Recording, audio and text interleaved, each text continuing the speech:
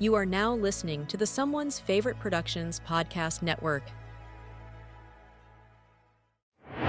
Hey, movie lovers, I'm Pete Wright. And I'm Andy Nelson. We are the hosts of the Next Reel Film Podcast. If you're passionate about films like we are, you'll love our show. Each week, we dive deep into a movie, discussing everything from the story and performances to the cinematography and score. Not to mention budgets and awards. We have covered iconic series like Francis Ford Coppola's The Godfather trilogy, examining themes of power, family, and the dark side of the American dream. We've explored the works of groundbreaking directors like Catherine Bigelow, discussing her mastery of tension. We've looked at heist films, great car chases, great years in film, couples on the run, and more. Our discussions go beyond the surface, examining what makes each film tick. We believe that when the movie ends, the conversation begins. And we'd love for you to join that conversation. Find the Next Reel Film Podcast on your favorite podcast app or at thenextreel.com. The Next Reel. When the movie ends, our conversation begins.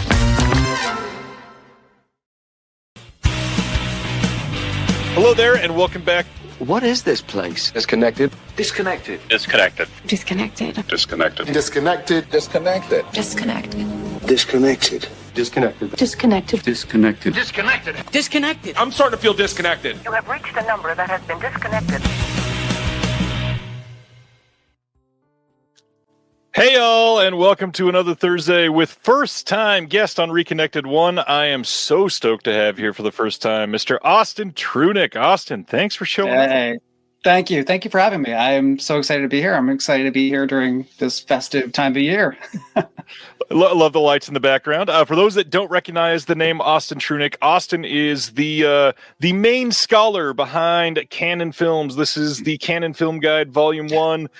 This is a very large book, and yet, if that's not intimidating enough, Volume 2, which is, twice the length almost? Yes. So the bar that you've set for yourself, Volume 3 has to be, 800, 900 pages, something like that? I'm working towards it. I am approaching it.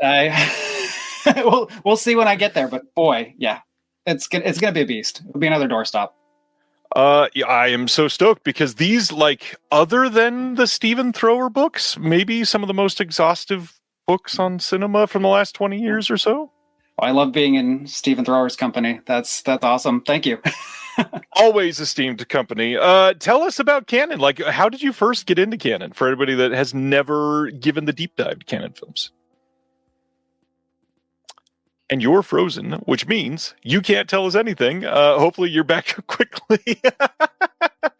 At least you're smiling on my picture. Let's check in with some of the chat while we wait on Austin to come back. Oh, there he is. And you're back. You were frozen for a good 20 seconds. Oh, my goodness. All right. How did you first get into Canon Films, for those that have never given the deep dive to Canon?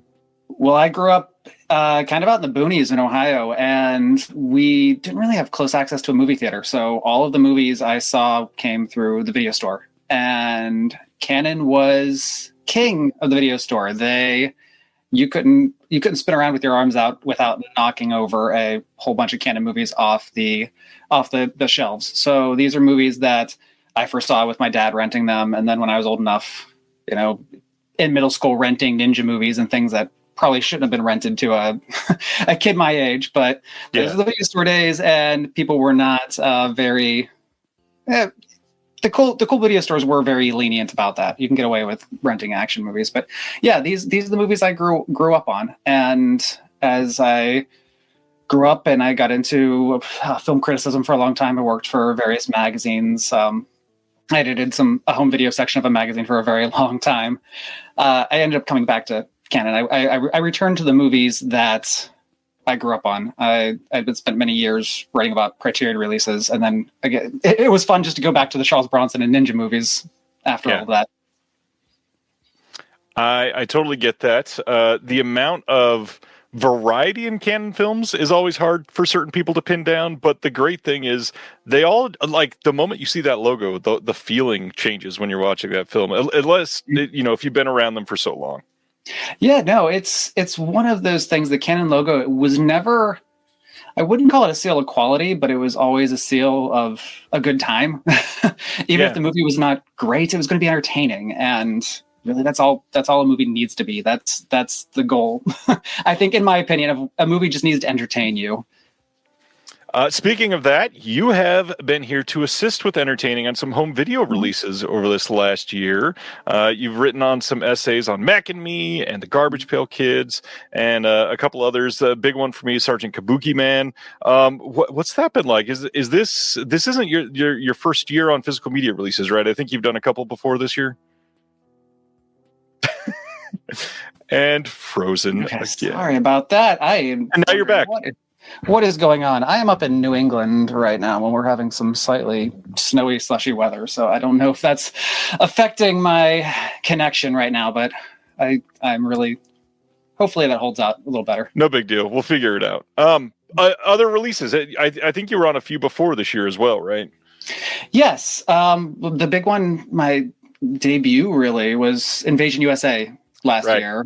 And that one was one I had a blast working on because I recorded a commentary as well as writing the booklet essay for it. And I got to lend a hand with the interviews and things like that. So it was one that I was really got to be involved in a lot of ways. And I couldn't have asked for a better, more exciting. That's one of my favorite canon movies, all-time favorites. And you couldn't have asked for a better first release to be involved in.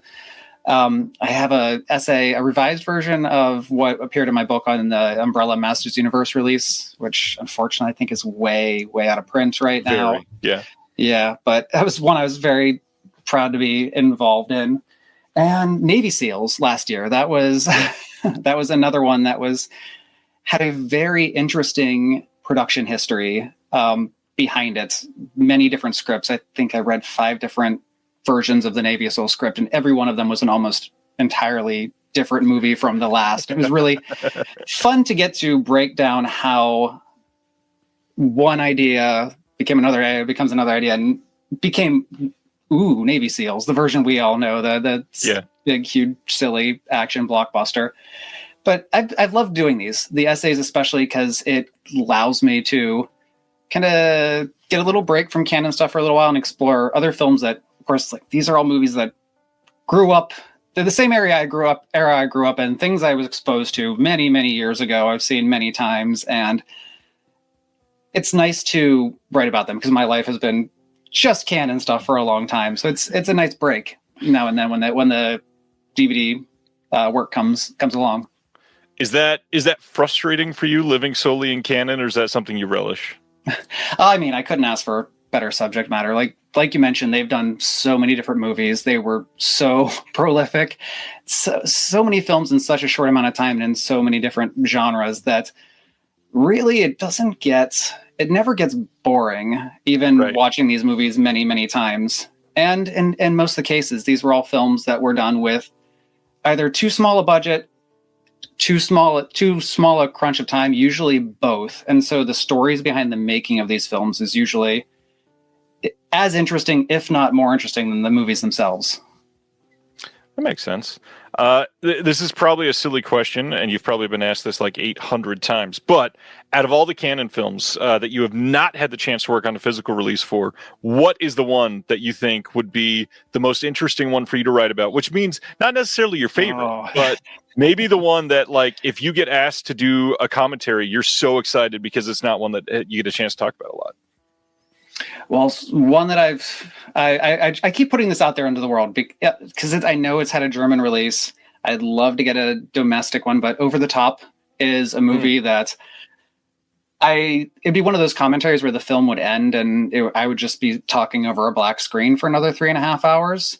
Because I could talk forever about that movie, but there's so many aspects, whether it's the actual arm wrestling competitions that Canon that used to promote the movie and how they traveled around the world. We have local celebrities, local news anchors in every city arm wrestling each other to promote this film, to just the history of that film. It started as a script. It was started as not a sequel, but a spiritual follow-up to The Farmer, the late 70s. And the early scripts for that movie are incredibly violent, and even all the scripts up until Stallone's final rewrite of the movie are super violent and crazy. You have Stallone like breaking Grandpa's arm in it and stuff, and I just love to go over the production history. And it's also a film that I am fascinated by the stories behind all the arm wrestlers. That's a rabbit hole I've gone down many times. Like, I could tell you these life stories of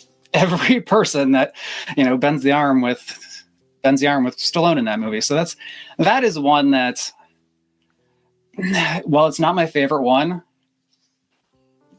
they just let me at it because I could easily produce 20 hours of extra features without even stopping to sleep. I would do it in a weekend. Just turn on a camera and let me go. Well, when they put out the VSU next year, hopefully they call you up, because that would be incredible for Vinegar Syndrome. Fingers crossed. Yeah, that'd be a perfect one for them to take on. And you are not just about canon, other stuff that you love. What other kind of movies are you into? Oh my goodness, my taste's all over the place. That is a tough one. I mean, right now I'm all about the holiday movies. We'll talk right there. Yeah. But yeah, I love Czech cinema. I love my college thesis was on New German cinema, so Fassbinder and Wim Wenders, and so it's all over the place. I've not encountered many movies that I've disliked. That's the thing. I might not have been a good critic. I'm starting to realize that now. As historian, I feel like I'm suited, but as a critic, because I rarely found a movie I didn't enjoy in some way. I think I'm just a creature that can be put down in front of a flickering screen, and I'll find something to love about whatever's on. So my taste is all over the place. I get that fully. But speaking of that, we both love physical media. So what have you been picking up recently?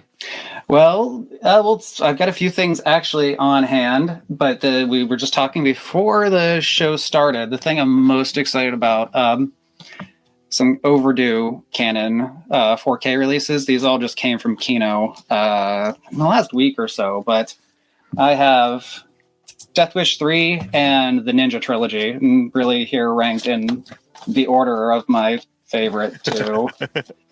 I still love them all. Like I will watch these movies at the drop of a hat, and I've seen them 100 times, and I will watch them. Right? Anyone asks me, any moment. It is a big deal for Canon fans right now this month, because Kino, putting that much into the Ninja Trilogy is probably not something a lot of people saw coming as one of the first releases from Canon 4K. But they supposedly look great. I don't have a copy yet. I cannot wait to see them. Sam Furstenberg, friend of the show, I love his directing on those. He is one of the most kind, just individuals ever. Love seeing those. Anything else that you wanted to share? Well, I'm sure, like a lot of people here, I spent a little more than I expected at the Criterion sale last month. So it's stuff I'm going to be working through those probably as my holiday break comes up. Getting to watch. I picked up the 4K of Barry Lyndon. I've been dragged my feet on that for a little while. Eyes Wide Shut. I was lucky to get it before. I guess they're drying up everywhere for a little while until they get the next wave of stock in there. Some other odds and ends that I've been meaning to grab. So those are things that really currently on the top of my watch list. I have the new Sunset Boulevard. As I was telling you before the show started, that a lot of what I've been doing now is just upgrading so many things to 4K. A lot of things I've seen you post about that I've seen a deal here and a deal there, and it's like, do I need to upgrade from the Blu-ray? Right. Yes, I do. For the little bit discount off, yes, I absolutely need to. So I've got a lot to watch this holiday season. Once the 26th rolls around and I'm putting my stack of holiday movies back in the drawer, I've got a pile of stuff from mostly the various sales that we had, a few weeks ago. Funny enough, you talk about having a pile of stuff. I guess I don't usually theme these, but theme for this week for pickups seems to be a lot of stuff to watch, because they're not. I guess they are kind of box sets in a way, but I'll share. Not seeing a lot of people talk about the brand new Tom and Jerry, the Golden Era from Warner Archive. This thing is just incredible. Got a nice booklet with it. Lots and lots. I think there are. What is the total amount here? It is they don't have it listed easy, of course, but there's like a ton of minutes. It's like hours and hours and hours of Tom and Jerry, which is just incredible. And then recent sale, the Kino Lorber sale, which is still live. I had been waiting on 2 of their collections to go on sale, and I think both of these were on sale for the first time. So we've got the Made in New Jersey films from Fort Lee set. I've been wanting this since the day they announced this. This is stuff all the way from 1909 to 2015, and I just love an eclectic mix like that, so that's great. And then some older stuff as well from Kino. These are all from 1920 all the way up through 1940. And this was one of the ones I've been really waiting for, and that is the Oscar Michaud Complete Collection. And what they do on these Library of Congress releases where they work together on them, they always have a booklet. And, of course, I just knocked a disc out. But they've got a booklet, and this thing, let me fix this disc, has 1, 2... 3, 5 different discs in this collection, and the amount of time that they are covering on these are incredible. And I don't really see many other boutiques putting this much into stuff from 1920. You get like Flicker Alley will put out a solid, really great disc, but Kino's like, hold on, we'll put out 5, no big deal. And this was on sale. This was like $50 for a ton of cinema. It's great. And speaking of silent cinema, here is the 2551 trilogy from Deaf Crocodile, giant box set. This is a 4-disc set, 3 films, a disc just for special features. The artwork on this going all the way around the box. I love this art. And these are just incredible films, really subversive. Not sure if people have seen these films yet because they're just arriving in people's hands now, but they are weird, off the wall, like strobe light filled experimental cinema, and they cover everything from Charlie Chaplin homages all the way to like simulated sex acts, and it's crazy. Everybody needs to check these out. They are truly incredible. Love this release, and I hope you like it. That's what I've got. Recent watches, other than the Ninja trilogy, what have you been checking out recently? Well, I've got some things I've been working on for the Can book. So there are movies that I've been watching in rotation just to work on that. There are some odds and ends that I've been catching up on. Your disc, the one you just showed there, reminded me of it, but it's the Masters of Canadian Animation. I'm trying to remember the title from Canadian International. It was a while back, but it was just a fun one to throw on because it was just such a variety of different animators and different styles, and I love that it has a play-all function. That's something that I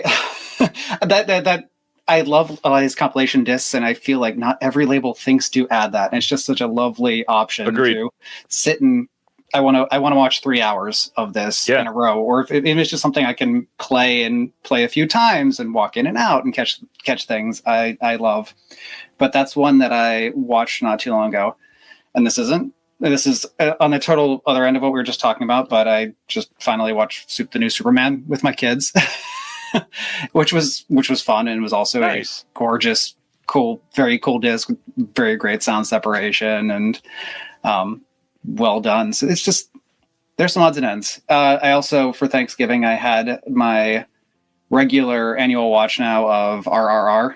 Nice. So that that started last Thanksgiving, and it just seems like Thanksgiving is just this smorgasbord of all this different food, and it's too much, but it's all the right amount that you need, and RRR is the movie version of that. I feel just the most gluttonously enjoyable movie, and it's long, it's big, so that was a very recent, very enjoyable watch, but also a rewatch many times.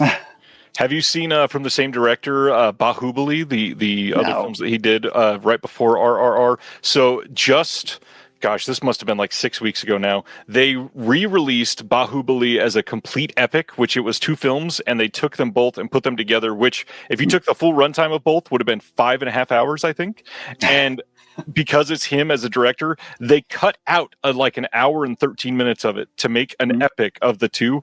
And I just saw it in theaters, and it's incredible. It's very like, if you love RRR, you would love it. Truly. Oh, I'll check that out. That sounds great. So my wife enjoys RRR as much as I do. So, are you staying up to date on modern stuff at all like that? Not as much. So that was something that by the time my second kid was born, I was working on the second book, and we left New York City. I'm up in northern Connecticut, so I am not able to get to movie theaters as much. I'm not as nearly as isolated as I was where I was growing up in Ohio, but where I am, I can go down to Hartford or go up to Northampton, where there's a lot of college. It's like a college town, and there's a lot of cinemas there. But it's really kind of tricky. So to get out to see something brand new, it requires a big production, which I'm sad I don't get, because again, when I was living in New York, I could go to Film Forum, I could go to Angelica, and this was like, you could see 2, 3, 4 movies in a row. One of the best birthdays I ever remember having, I skipped work and I went and watched 4 Douglas Sirk movies at Film Forum, one after another, all ones that I'd never seen before. And it's just great just to be sitting in one theater, getting so much selection. And I miss that. I really miss that. That's the one drag about leaving the city. I love space. I love the fresh air, but no movies, no movie theaters nearby, and no instant access to pizza. That and low-key, one of the worst parts of having young kids. Much more difficult to leave home. Yes. Yeah, my children are 10 and 7 now, so they're still young kids, but my older child is now getting to the age where she's interested in more movies, and we're watching things together, and I'm having a lot of fun there. There have been a lot of movies that I saw a bunch of times many years ago, and then kind of grew tired of. And it's great to finally revisit some of these classics with her. My kids are 9 and 10, and being able to have at least one of the two right now be truly in love with movies has been absolutely great. So what have you been watching with them? Lots, actually. We started around October on the whole, we think you're almost old enough for some of like the PG-13 horror. Mm-hmm. And so we showed them things like Crawl from 2019. Okay. And they seem to really like that. We showed them Paranormal Activity, and my oldest loved it so much that he came home from school the next day and put it on again. I was like, wow. All right, I guess. We showed them Halloween, had to cover the eyes during a couple scenes, but that was fun. And then let's see, what was another one of the big ones? Well, for Christmas, I guess we just showed them Scrooge for the first time. The youngest could not possibly care less. I think before the end of the first act, he was already out of the room and attention on something else. The oldest was there, but he was like, yeah, it was okay. And honestly, I kind of feel the same. Scrooge has never been top of my list for Christmas stuff, but hey. That's fun that you mentioned the horror movies, because I'm always struggling because I don't know what's going to scare the kids, what they're going to enjoy. There's movies that, again, like I grew up watching more violent movies at a younger age than my so it's hard for me that skews what I think is appropriate for them. Cause like, I was watching at that age, I shouldn't have been. But so I think something like Poltergeist. Poltergeist was a movie that I hadn't seen in a while. I was like, you know what? I remember that being not quite, being scary, but not as horrifying as other stuff I saw. I don't remember as being as scared of it compared to other things. But then my daughter loved it. My younger one was not ready. We had to stop the movie, calm him down. The face melting scene is pretty terrifying. Yeah, the whole ending, which totally escaped my mind with skeletons popping. Oh my gosh! Like, no, what was I thinking? What was I thinking? But my older child, she loved it. She's a little braver. She's also 3 years more development. A lot happens between the ages 7 and 10. It's true. The other one that just reminded me, Arachnophobia. We just showed them that one, and it's silly enough, but they were like, "This is obviously fake," and we can love like the way that they're acting, and they both walked away howling at a couple of the scenes from that movie. That was a good one. That's cool. This last weekend, though, I got to see a ton in the theater. This year has been really high for theater watches for me. It's the first year where I felt like I could ask my mom to watch the kids often. And so I've seen a lot, but this weekend I saw 6 in the theater. Wow. Yeah. But the only one I really want to talk about is Hamnet. Obviously, this movie is getting a ton of praise right now from pretty much everybody, but it is certainly not going to be a for everyone watch. I truly liked this movie for most of it, and then after the first 2/3, where I was just liking it, the final act kicked in, and I was there for it. It's one of those movies where, like, I'm willing to bet that on a rewatch, it hits a lot harder. But I truly, like, just dwelling on it since then. I know that it's one of my favorites for the year. The acting is absolutely incredible. I was very, very happy with it. I obviously this weekend saw Kill Bill, The Whole Bloody Affair, like everybody and their mother that went to the theater this last weekend. Had a great time with it. Went there with my buddy KB. Glad he was there with me. It was a good time. I hope people get a chance to check it out. The rumor is that it might be coming on physical media next year, but with Tarantino, you never know. He changes his opinions like the wind. I just bought the 4Ks of each one separately, maybe 3 months ago, so it's bound to come out in that form. Perfect timing. We all appreciate you, Austin. No problem. I'm doing my part. So after our discussion on announcements tonight, we're going to be talking about off the wall, off the beaten path, Christmas Blu-ray recommendations or holiday Blu-ray recommendations. Lots of fun stuff. I've got a stack here that I think there's a couple at least that you won't have. But I'm hoping... I'm hoping you want to take turns with those because I feel like we might have a little bit of overlap. So I'm trying to, like, stack them in the order that I want to talk about this one first. All right. So after this, we're going to talk about 5 each, and then we'll probably have some honorable mentions. I purposely did not pick the really obvious ones. So, your Silent Night, Deadly Night. Yeah, most people love that. Watch that. I did not choose that. Hopefully you didn't. I did not want to put that on the stack. A lot of these I don't get a chance to talk about a lot. A couple of them, I don't know that I've ever talked about them on the show. All right. Eager to. But first, let's get into announcements.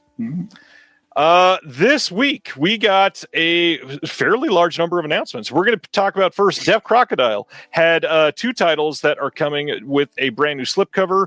These are standard editions that the deluxe editions had sold out. These are now available from the Deaf Crocodile site. It's just the standard edition with this brand new limited edition slipcover on the outside. There's only 300 of each slipcover.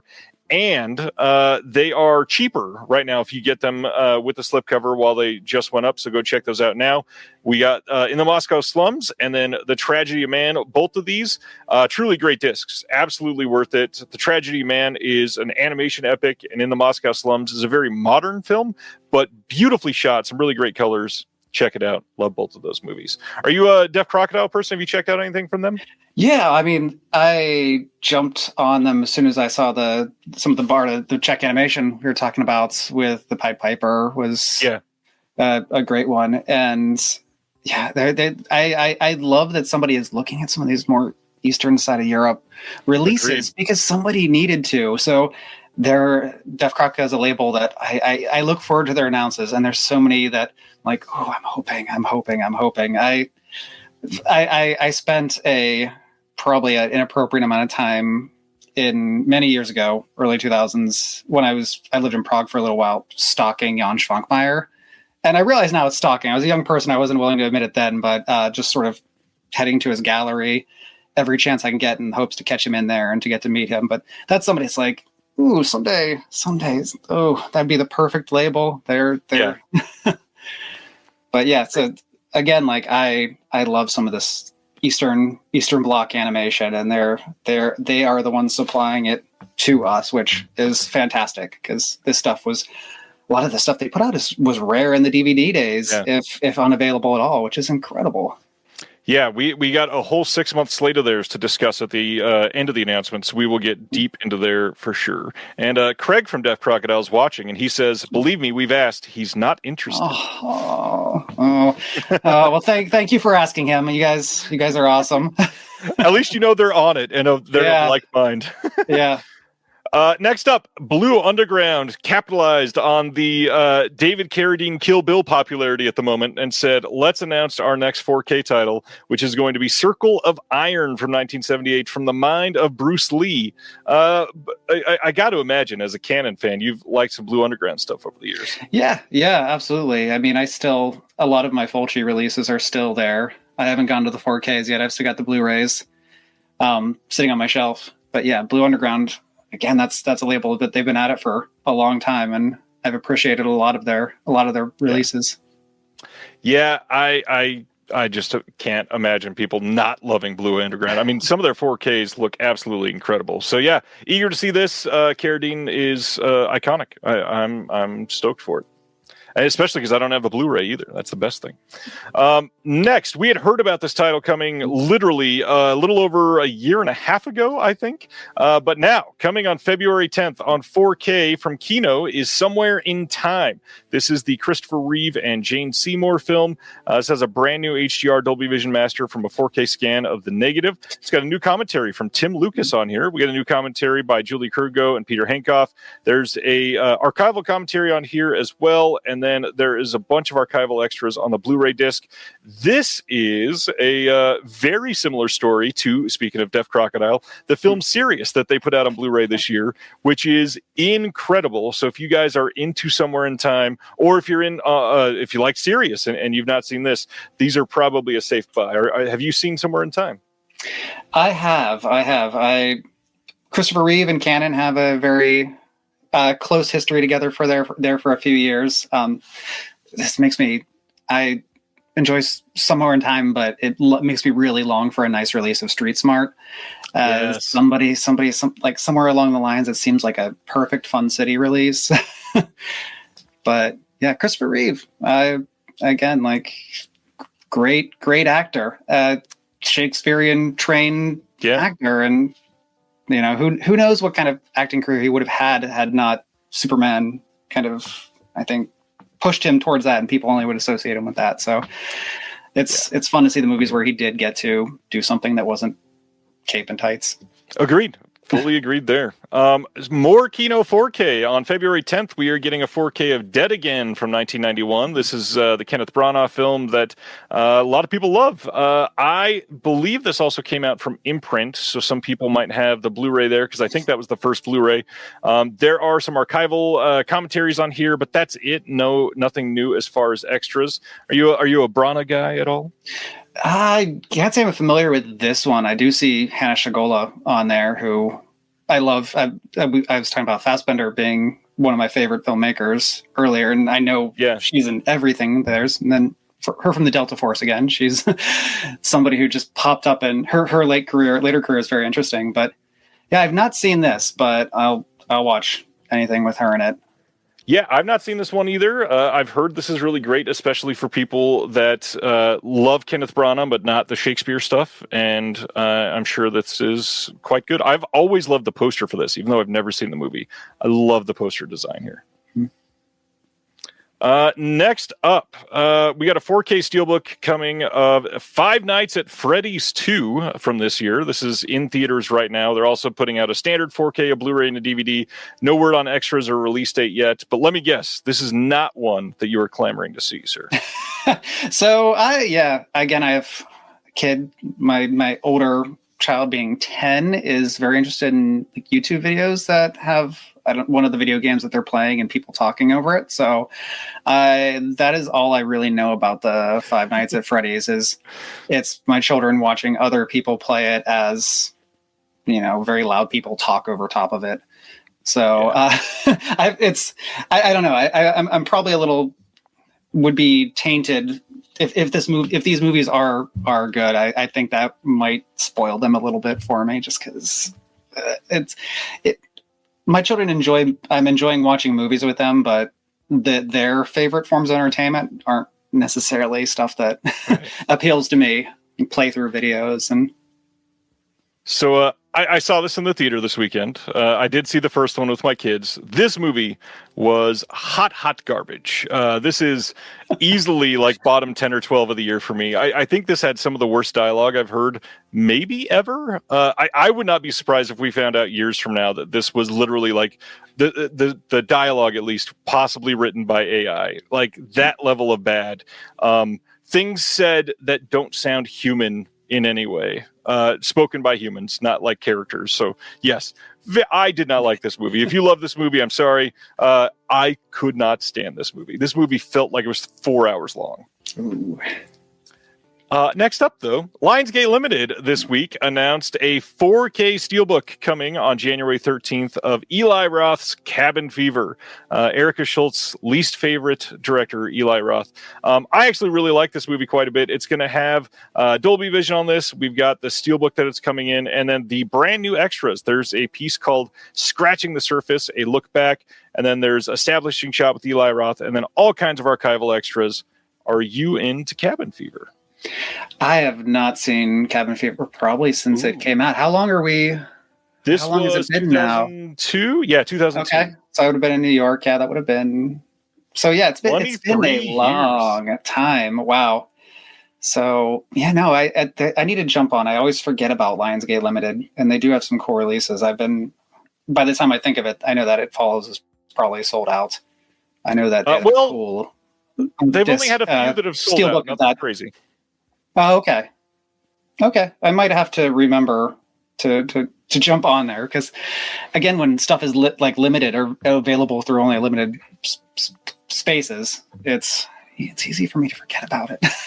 Yeah, their Dogma release is currently sold out, but that got a standard 4K everywhere, so that's not super crazy. And then the other one, I happened to jump on it when it first came out, is The Descent. This one is currently sold out too.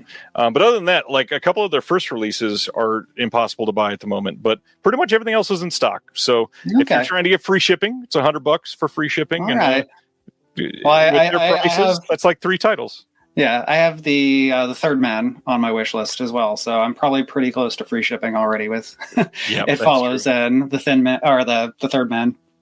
Well, if you want a weird one to maybe throw in, they are also on that same day putting out a Blu-ray of Mystery Team from 2009. This is the Derek comedy film starring Donald Glover, who is Childish Gambino. This movie has been nearly impossible to find on DVD even, was never released on Blu-ray. This is the first Blu-ray release, and I adore this movie. I am so stoked that this is getting a Blu-ray release. It is coming out with a brand new 2025 Q&A with the filmmakers and the cast. The only thing that I will say here, this makes 0 sense as a Vestron video release. This has nothing to do with the era of Vestron video. It was not released by Vestron. It did not come out when people even saw Vestron titles anywhere. This makes no sense. That being said, the movie's amazing. I don't care what line it's on. I'm just glad that I'll have a great release for it. Yeah, that's a cool cover.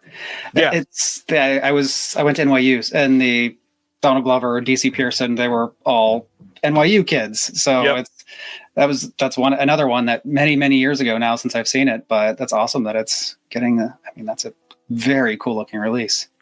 And you can get it for $25, and yet the DVD just 2 weeks ago was like $110. Wow, kind of crazy. Yeah. Oof. Yeah, again, makes no sense as a Vestron video title. Honestly, a couple of them have not. The fact that they did May was kind of pushing it. Hider in the House came back. That one made sense for Vestron. This, not so much. It doesn't all have to be horror. Comedy makes sense too, but... I mean, it looks like a Vestron style like cover art though too. So does. at least they went there. That's kind of a lot of credit for that. It's I would agree there. All right. Next, from Wellgo USA, 2025's Frontier Crucible is getting a 4K and a Blu-ray release from Wellgo on February 17th.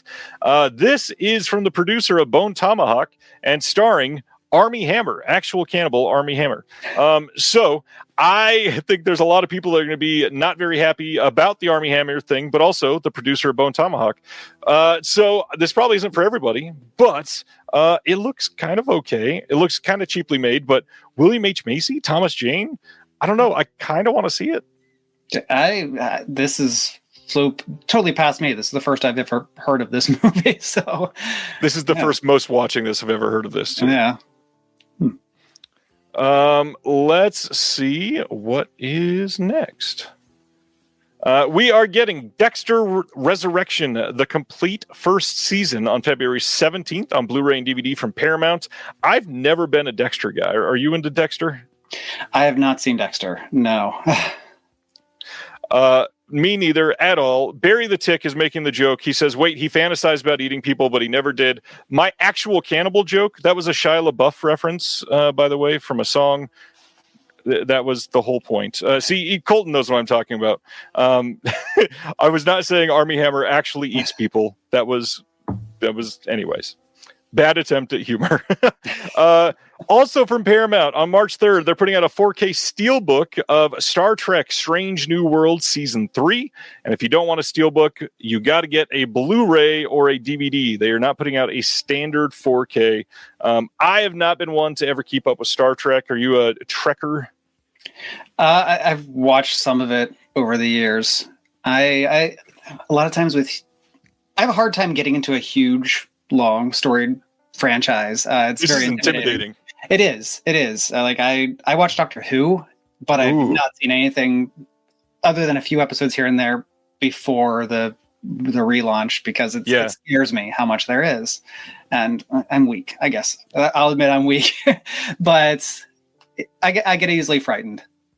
I can't imagine starting Star Trek in 2025 and saying, I'm going to watch everything Star Trek.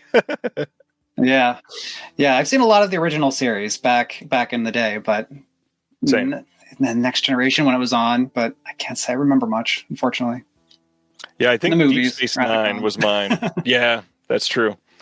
All right, next, January 20th, we're getting a 4K Blu-ray dual format release, and then a DVD release from Decal of Keeper from this year. Osgood Perkins' Keeper. He's going to have a commentary on there and a trailer and a teaser, but that is it on the disc. Osgood Perkins, have you checked out any of his work? Well, what are his other ones? Right. Blackcoat's Daughter, Long Legs, The Monkey. Okay, Long Legs, yes, I saw in Blackcoat's Daughter.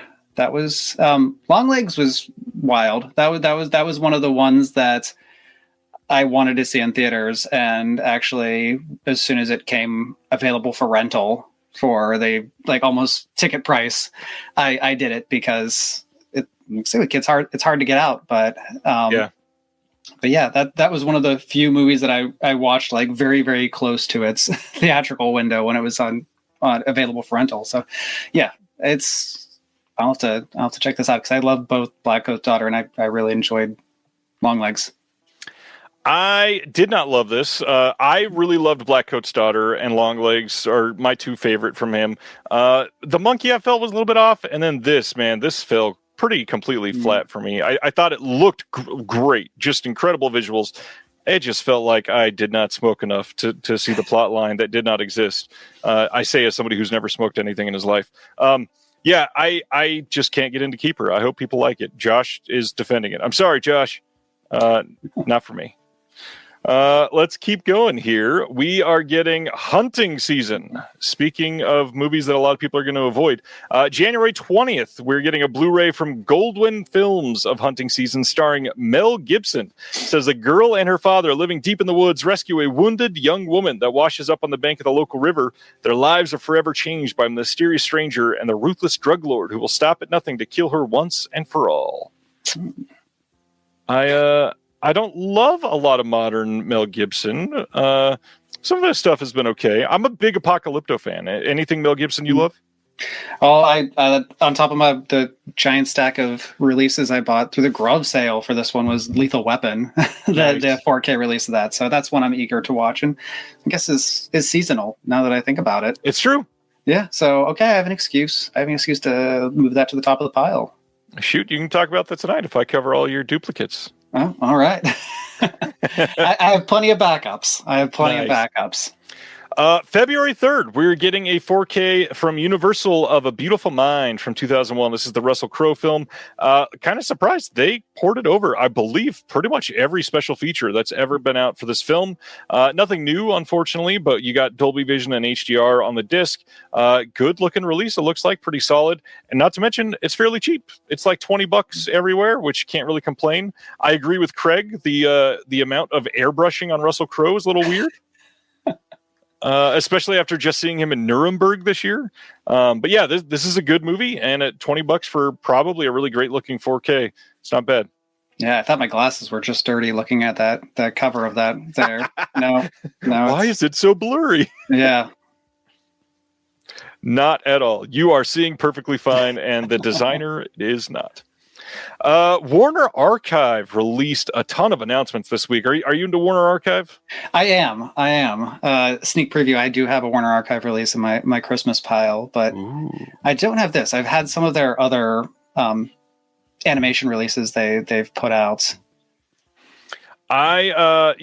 Obviously we talked about the whole HBO or not HBO necessarily, but Warner Brothers being purchased by Netflix and or Paramount at the moment, depending on how it shakes out. I'm not going to say, like other people on here will say, hey, go out to support. But I'm going to say, if you see Warner Archive stuff on sale or a title that you really want, the next year and a half is probably going to be a really great time to pick up Warner Archive titles because we don't know how long they're going to be around at this point. Right. So I would strongly suggest supporting what you feel like you want to support from Warner Archive and or Warner Brothers or whatever, because who knows if they're going to license anything out anymore, put anything out on disc, or put it all behind a streaming paywall. And that was one. Now, it's an odd website that does the Warner Archive sales, Zing or something. Movie Zing. It's once or twice a year, but it always gets me for a lot because I'll look and I'll be every time. It's like I thought I had everything I wanted. No, I do not. Here's another. There's 17 discs. What the hell? Usually, because you have to get them in quantities of 4 too. So I was like, okay, now I'm buying another dozen discs here in this sale. So. Every time that comes up, Warner Archive has done some awesome stuff from being a major studio too, really grabbing some deep cuts.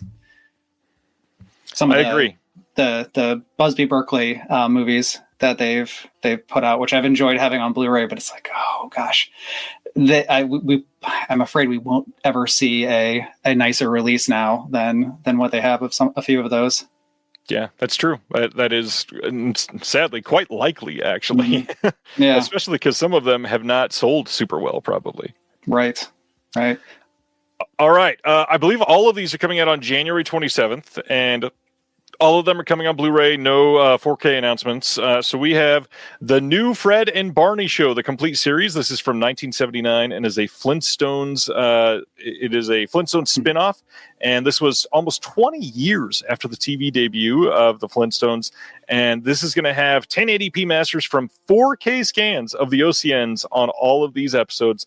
We got 2 discs on this release. It is 410 minutes worth of animation.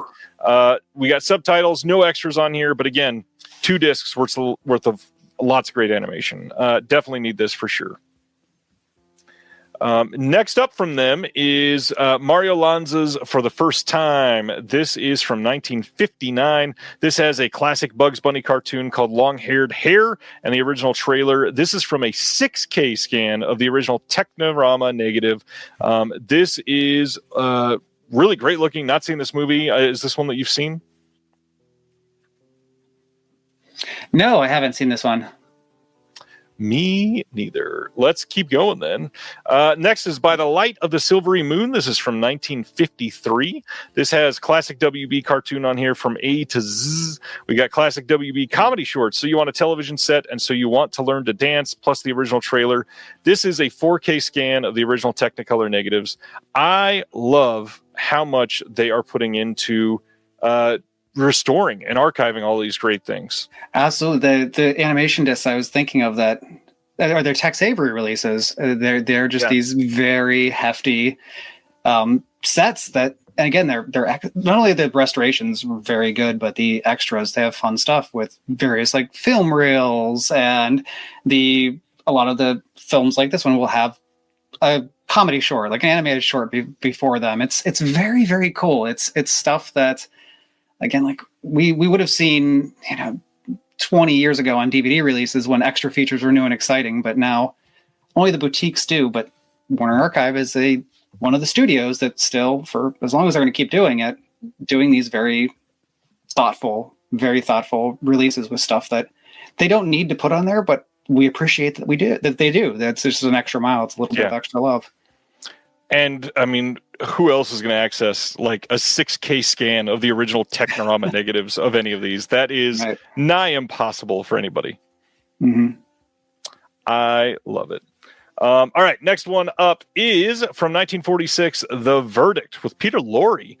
This one is says Superintendent Grodman of Scotland Yard built an airtight case into a noose around a killer's neck.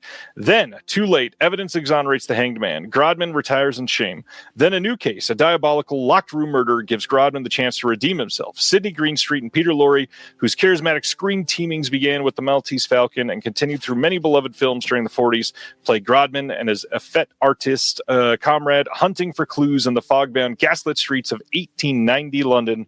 I need to see this. This has two classic Warner Brothers cartoons, Hair-Raising Hare and Birth of a Notion. It's got some radio programs with Peter Lorre, and then it's got one with Greenstreet on there as well. And then this is a 4K scan of the OCN. Great sounding disc. Awesome. Yabba dabba don't on that animation. I will note that, Gary. Thanks. Next up is Manpower. This is a huge cast here. Edward G. Robinson, Marlena Dietrich, George Raft, 1941's Manpower. This one has a classic Warner Brothers cartoon, Snow Time for Comedy, and then Joe Glow the Firefly. This, again, 4K scan of the original nitrate negative. Can't really argue with that, especially with Dietrich in it. It's going to be gorgeous. Yeah, absolutely. And Just, still not... I was going to say, like Warner Archive, you could just go to their website, and if you have any need for Technicolor musicals, you're not going to find more in one place than through the Warner Archive. That's releases. true, especially with that good of restoration. Right. Next, one of the bigger ones that I know a lot of people are going to be after, 1952's The Narrow Margin, coming on the same day. This one is a 4K scan of the OCN as well. We got an audio commentary by William Friedkin. This is not a new commentary, obviously. That was a joke. Including audio interview excerpts by Richard Fleischer. We got a classic short subject, So You Never Tell a Lie, and then a classic cartoon called The Super Snooper. This sounds great. You got Charles McGraw, Marie Windsor, and Jacqueline White. It says, pack your bags for one of movie history's greatest trips, a nifty film noir thriller that Time magazine deemed worthy of being bracketed in the select group of train thrillers headed by Alfred Hitchcock's The Lady Vanishes. On that note, I must own this. Yeah. And then Red Dust from 1932 is the next one. This one with Clark Gable and Jean Harlow. This has two MGM Technicolor shorts called Over the Counter and Wild People. An audio-only Gulf Screen Guild Theater broadcast with Clark and Ann Southern.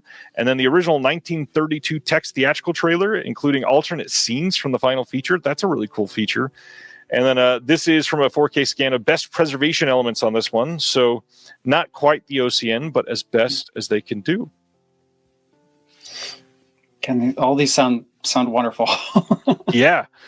Vinny is saying that the Warner Archive titles are on sale right now on Movie-Zing, 30% off if you get 3 of their movies. Oh, that's awesome. There goes my budget. Which means... if I'm doing the math right, I think that puts most of them around $17.50. So not quite as cheap as the 4 for $49 that they normally do. And honestly, they normally do one of those around Black Friday, and they didn't this year. I wonder if that's coming up, maybe. There was a lot of sales this year at the same time. Maybe they just quietly bowed out. Yeah, I could see it might be advantageous to hold it a few weeks before, or maybe. That's right. I don't know. That's it from Warner Archive. It sounds like a really solid slate. I think it was 7 releases. Kind of crazy. January 27th, big release day for them. Next, March 10th, we're getting a Blu-ray release from Visual Vengeance of The Paranormal from 1998. Have you checked out anything from Visual Vengeance? I don't know. I have not. I can't say, unfortunately, no. This is a label that focuses a lot of like shot on video or shot on digital video releases that they go over the top and overload with extras. This looks like another one of those films. It's going to be a region free. There's a new director supervised transfer from the original tape elements. We get a commentary with the director Todd Norris, commentary with Todd Norris and the composer. There's new cast and crew interviews. There is an interview with Todd Sheets and Todd Norris. Some TV bumpers, blooper reel, all kinds of stuff, multiple short films. And then if you you buy the limited edition, you get all of this extra paper goodies, of course, a folded mini poster, reversible sleeve. You get a stick your own VHS sticker sheet, limited slipcover with original art by Uncle Frank. You get the Ghost Finder viewer that they're putting in here, and then the limited promo flyer. Z is for zombie movies. There is a lot coming with this one. Brendan says this movie has 3 views on Letterboxd right now. In other words, pre-order now and you might be able to be view number 5. If that one doesn't tickle your fancy, don't worry. On March 10th, they are also releasing Colony Mutation on Blu-ray. This is from 1995, and it says a scientist doses her husband. That is a different type of X-rated film. A scientist doses her husband with an experimental serum which causes his body parts to separate from his torso and take on lives of their own. I guess I kind of was describing a XXX movie. Anyways, this one is region-free, has a new director-supervised 2K transfer and restoration from the Super 8 film elements. We've got multiple commentaries on here, lots of interviews, alternate original 1998 VHS version, the 2013 DVD version. There are lots of other Visual Vengeance trailers on here. And then again, stick your own VHS stickers, reversible sleeve, folded poster, a booklet with notes by Tony Strauss, and then a slipcover with art by Justin Coons. Colony Mutation looks very interesting. Yes, Stan, the Tom Berna, I believe. Stop motion heavy, Super 8mm film. Check it out. Of course, I clicked away accidentally. So the next one is coming soon on Blu-ray from Kino Lorber, and that is Death of a Gunfighter from 1969 with Richard Widmark and Lena Horne. Are you a Western guy? Not as big as some people have, but I mean, again, like the classics. Not too long ago, I watched the Kino Lorber Shane. That was a pickup from a recent sale. They're 4K, and it's a gorgeous one. Speaking of Warner restorations, The Searchers was a beautiful, beautiful. So I love revisionist westerns. I love the psychological westerns. There's a lot of the stuff before that in the canon. Not the two ends, but the canonical westerns. I have some big gaps that I am kind of weigh on me. I'm kind of ashamed of. There's a few in there. But the classics I love. High Noon is still one of my favorite films of all time. Jeremiah Johnson's one that I believe that's the Warner Archive sale. I think that's one I'll have to pull up my Google Doc and see where I need to grab from where. But this is not one that I have seen yet. I've not seen it either. I'm kind of the same as you. I've got lots of missing major titles that I need to check out. This one, the big thing that gets me is it's directed by Don Siegel as Alan Smithee. I believe, if I remember right, this is like the first Alan Smithee directed film. Oh, wow. So as part of film history, Alan Smithee went on to be very prolific. Yeah, it's silly film history, but hey, if you want to be a part of it, this is one to support. More Kino Lorber. February 17th, they are releasing the film Ray on 4K, the 2004 Jamie Foxx film Ray. I love this movie. This one has a new commentary by Dwayne Epstein on here, and we also have all kinds of archival extras on here. Have you seen Ray? I did see Ray. I am afraid to revisit a lot of these, and I've missed some of the newer biopics. I didn't see the Freddie Mercury one, or I did see the Dylan one that came out recently, but Walk Hard has ruined most musical, like biographical music films for me. Agreed. And I know that this one, I won't be able to give it a fair shot. And I believe Walk Hard was released, was announced very recently or rumored or something soon. But yeah, it ruined musical biopics for me. I agree fully. Walk Hard is literally one of my favorite movies of all time. I think it's a masterpiece.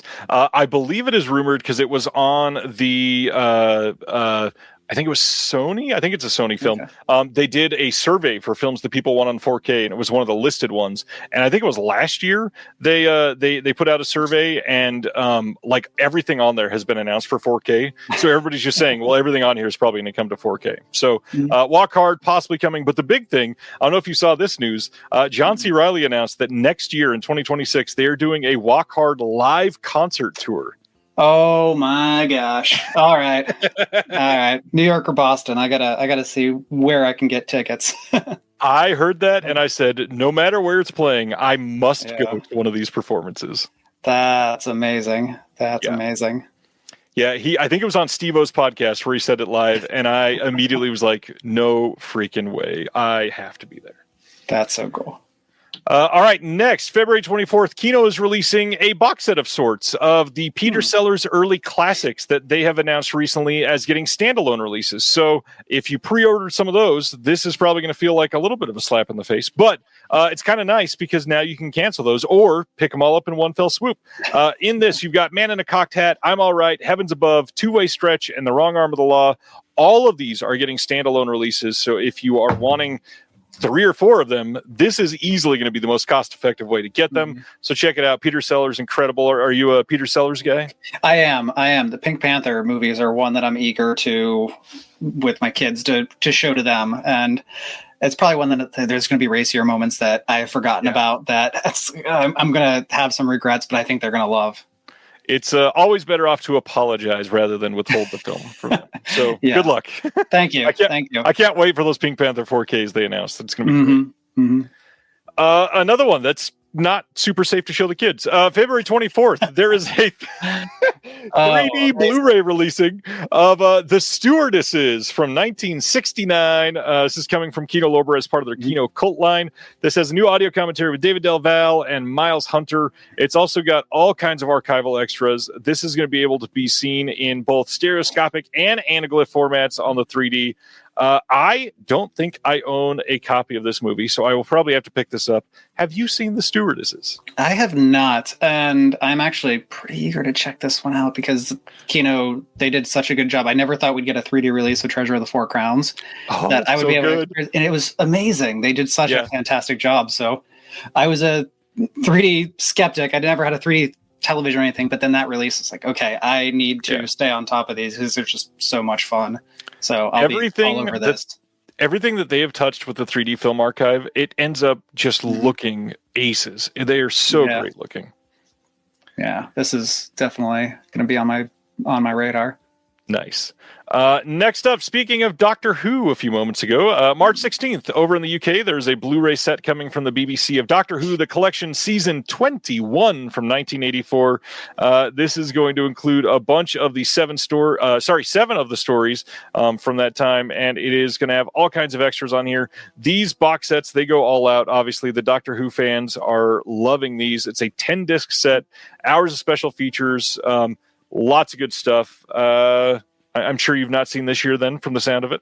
I haven't. And I don't know if anybody has any advice on how to get into the pre-relaunch Doctor Who. I'm happy to hear it because I don't know if I should work backwards or if there's a definitive place to start. I know you can't start all the way from the beginning because a lot of those are lost, but yeah, if there's any advice, I'm open to hearing it because I'm very curious. I would love to see the earlier stuff, but I'm intimidated by the amount of it. There is so much. And if you just start to like research how much there is, even that is just too much to find out already. It's crazy. Anyways, I think on the older stuff, they're almost close to being caught up on getting everything out on Blu-ray. So there's probably not a lot of these releases left. So if you're catching up to these, the light at the end of the tunnel is near. Next up, February 17th, Raro Video here in the US is putting out Plot of Fear from 1976. This is done through Kino Lorber distribution. And if you're recognizing this title and this font and this art style and all that, that's because this was just recently released in the UK by Indicator. And I will just happily say you should probably get that release if you want this movie, because this is holy as in WHOLLY, wholly inferior compared to the indicator release. The indicator release is a 4K and has loads more extras. This has nothing new on it. I apologize, not nothing new. There is a new audio commentary with the Wild Wild podcast, Adrian Smith and Rod Barnett. They do great work. I love their stuff. But the indicator release is so far beyond this one. It's kind of sad they even tried. And I don't mean that as like an attack at Raro. I get it. I'm glad that this release will be out there because whatever. But man, the UK release is way better than this one. All right, I got to highlight this comment. Derek says, Austin, bless you for having that righteous platoon leader display behind you. Michael Dudikoff rules. Had to highlight that. Oh, thank you. Thank you. My wife should come down here. This is my office. In one corner, it's also we have a guest bed over on that side, but it's Canon stuff all the way around. And she was sitting there on the bed while I was working on the computer here, and she's like, how many pictures of Michael Dudikoff do you have on the wall or like cutouts? And I really hadn't thought of it because it's like so many different Canon things I've had. And I'm like, okay, I can sit here and count like 7 or 8 pictures of Michael Dudikoff just around the walls. So in other words, the answer is not quite enough. No. There's room for more. I have wall space to fill. And the ceiling. We'll get there eventually. Next up, December 23rd, Blu-ray from Wellgo USA coming of Delivery Run from 2024. This one sounds sort of interesting. It says Lee, a food delivery driver in snowy Minnesota, struggles with mounting debt, unpaid bills, and pressure from a ruthless loan shark.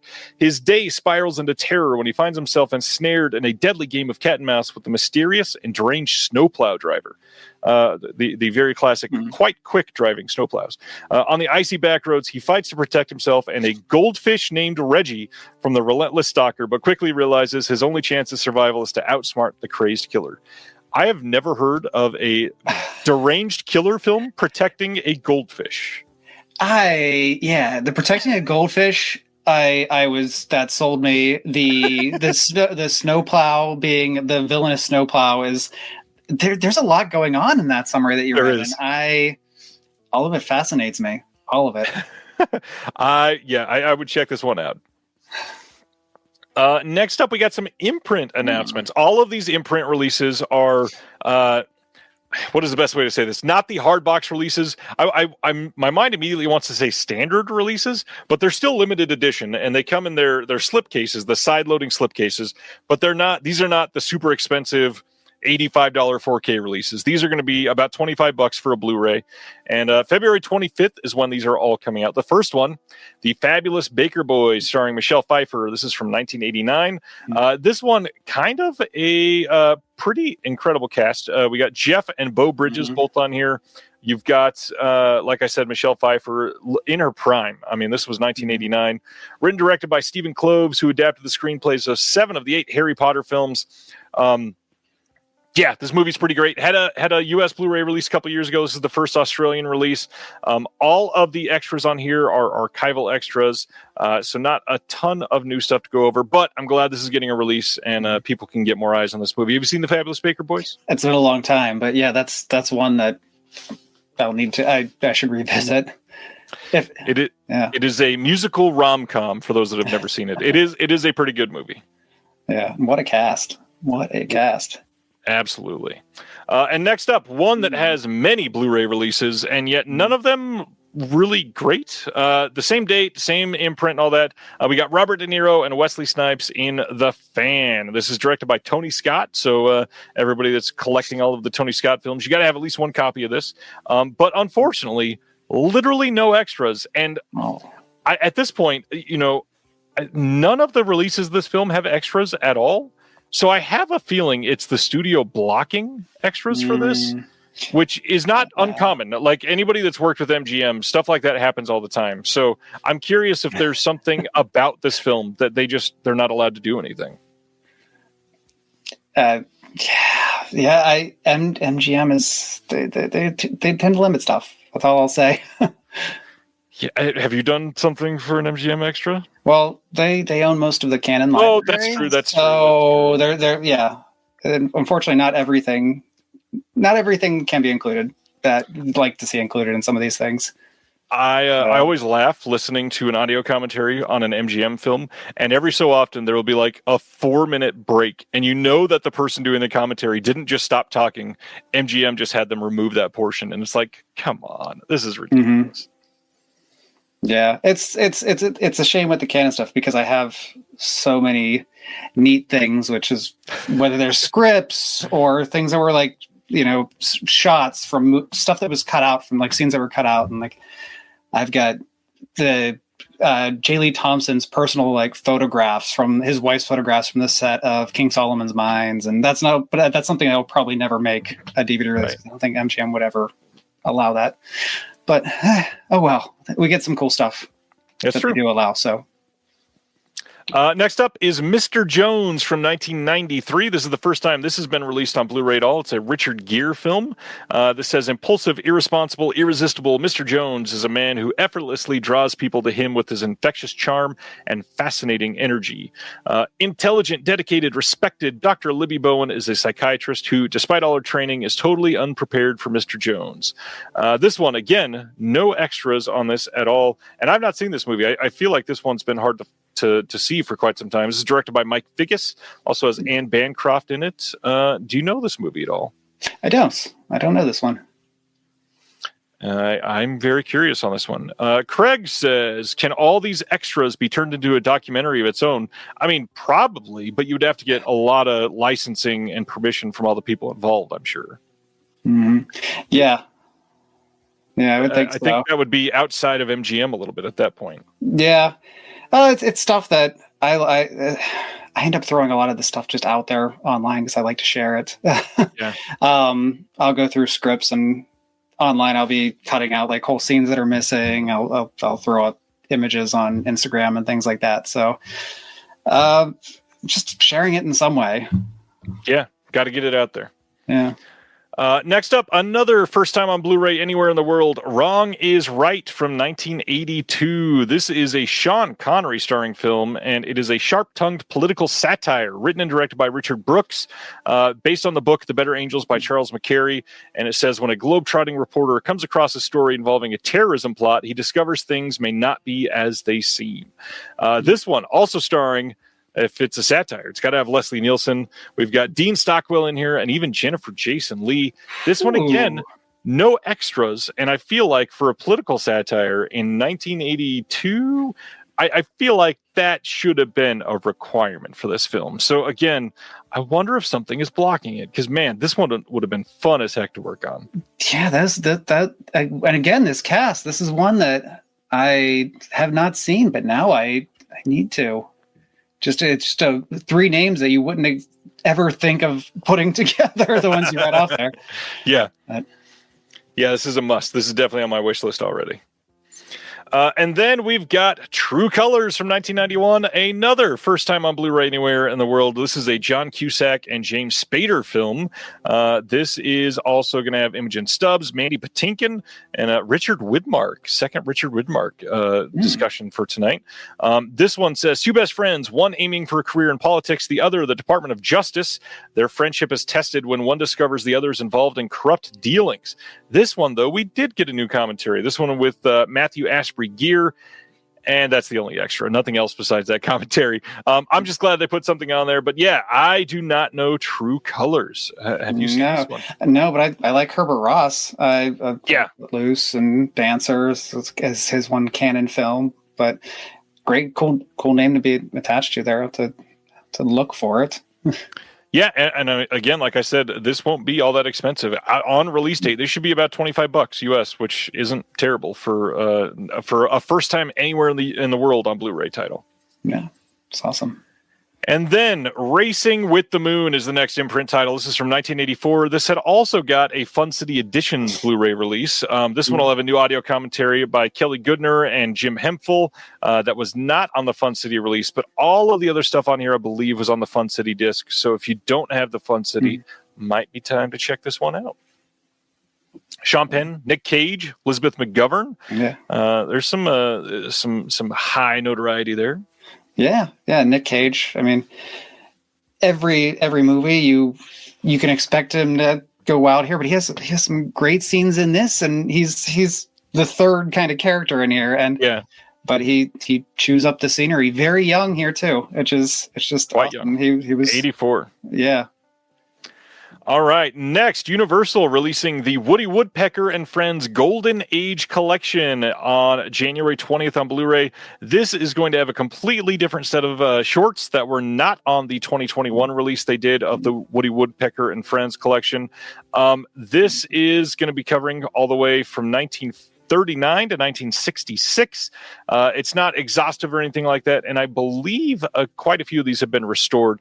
The rumor is some of these probably don't look all that great because they don't have materials for them anymore, but these should look better than they've ever been on home video. So if you're into Woody Woodpecker, might be a good time. Again, animation getting some solid releases lately. Next up, one that I am shocked we are getting. January 20th, Universal is releasing the Ma and Pa Kettle Complete Comedy Collection. This covers all 10 films from 1947 to 1957. Have you seen any of the Ma and Pa Kettle films? No, I have not. I'm intrigued by this elderly couple at the looking over the fence at us. Tell me more. I know when I was younger, I saw at least The Egg and I. That's their most famous one because it was the first one. And I most likely seen one or two of the others. It is just very like, not to disparage anybody, but like boomer humor type of comedy films. Definitely something that my great-grandparents watched when I was younger. So it was on when I walked through the living room or something like that.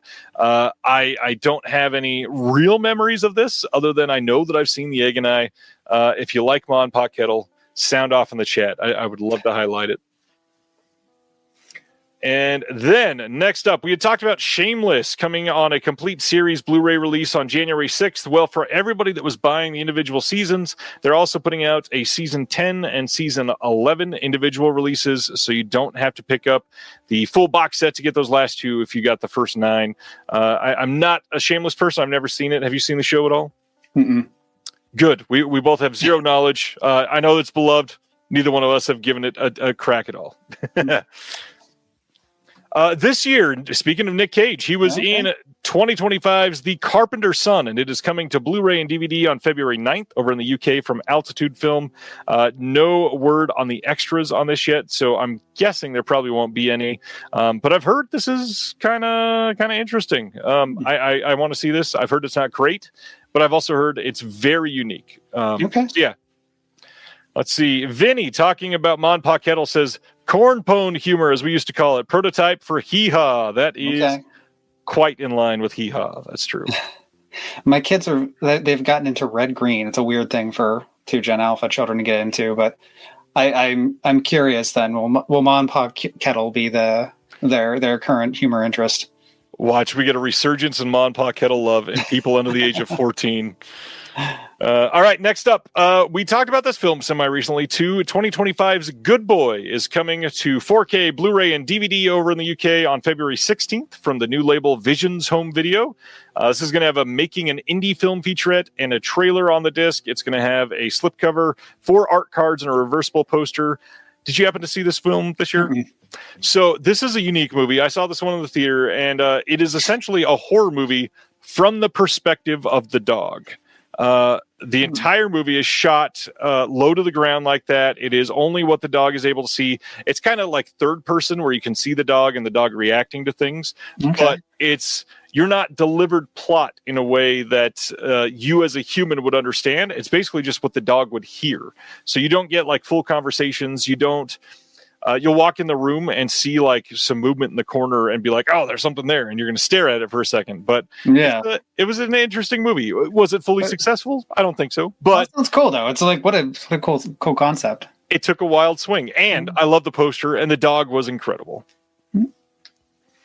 So yeah, check this out. This one, honestly, kind of surprised for a brand new label. This is available to pre-order in the US, which means that's probably even marked up a couple dollars for only $30 from a couple of the third-party retailers. Awesome. Media OCD or Animigo, they are putting out on January 20th. Prime Rose, a time slip of 10,000 years from 1983.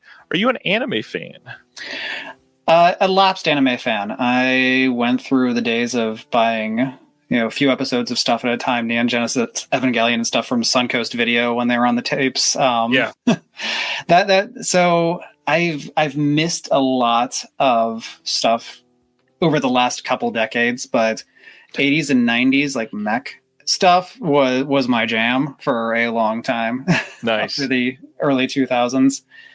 I saw somebody was doing a Project A-Ko release or did one recently, and that's one that struck a nerve that I'd forgotten a long time ago. It's like, oh boy.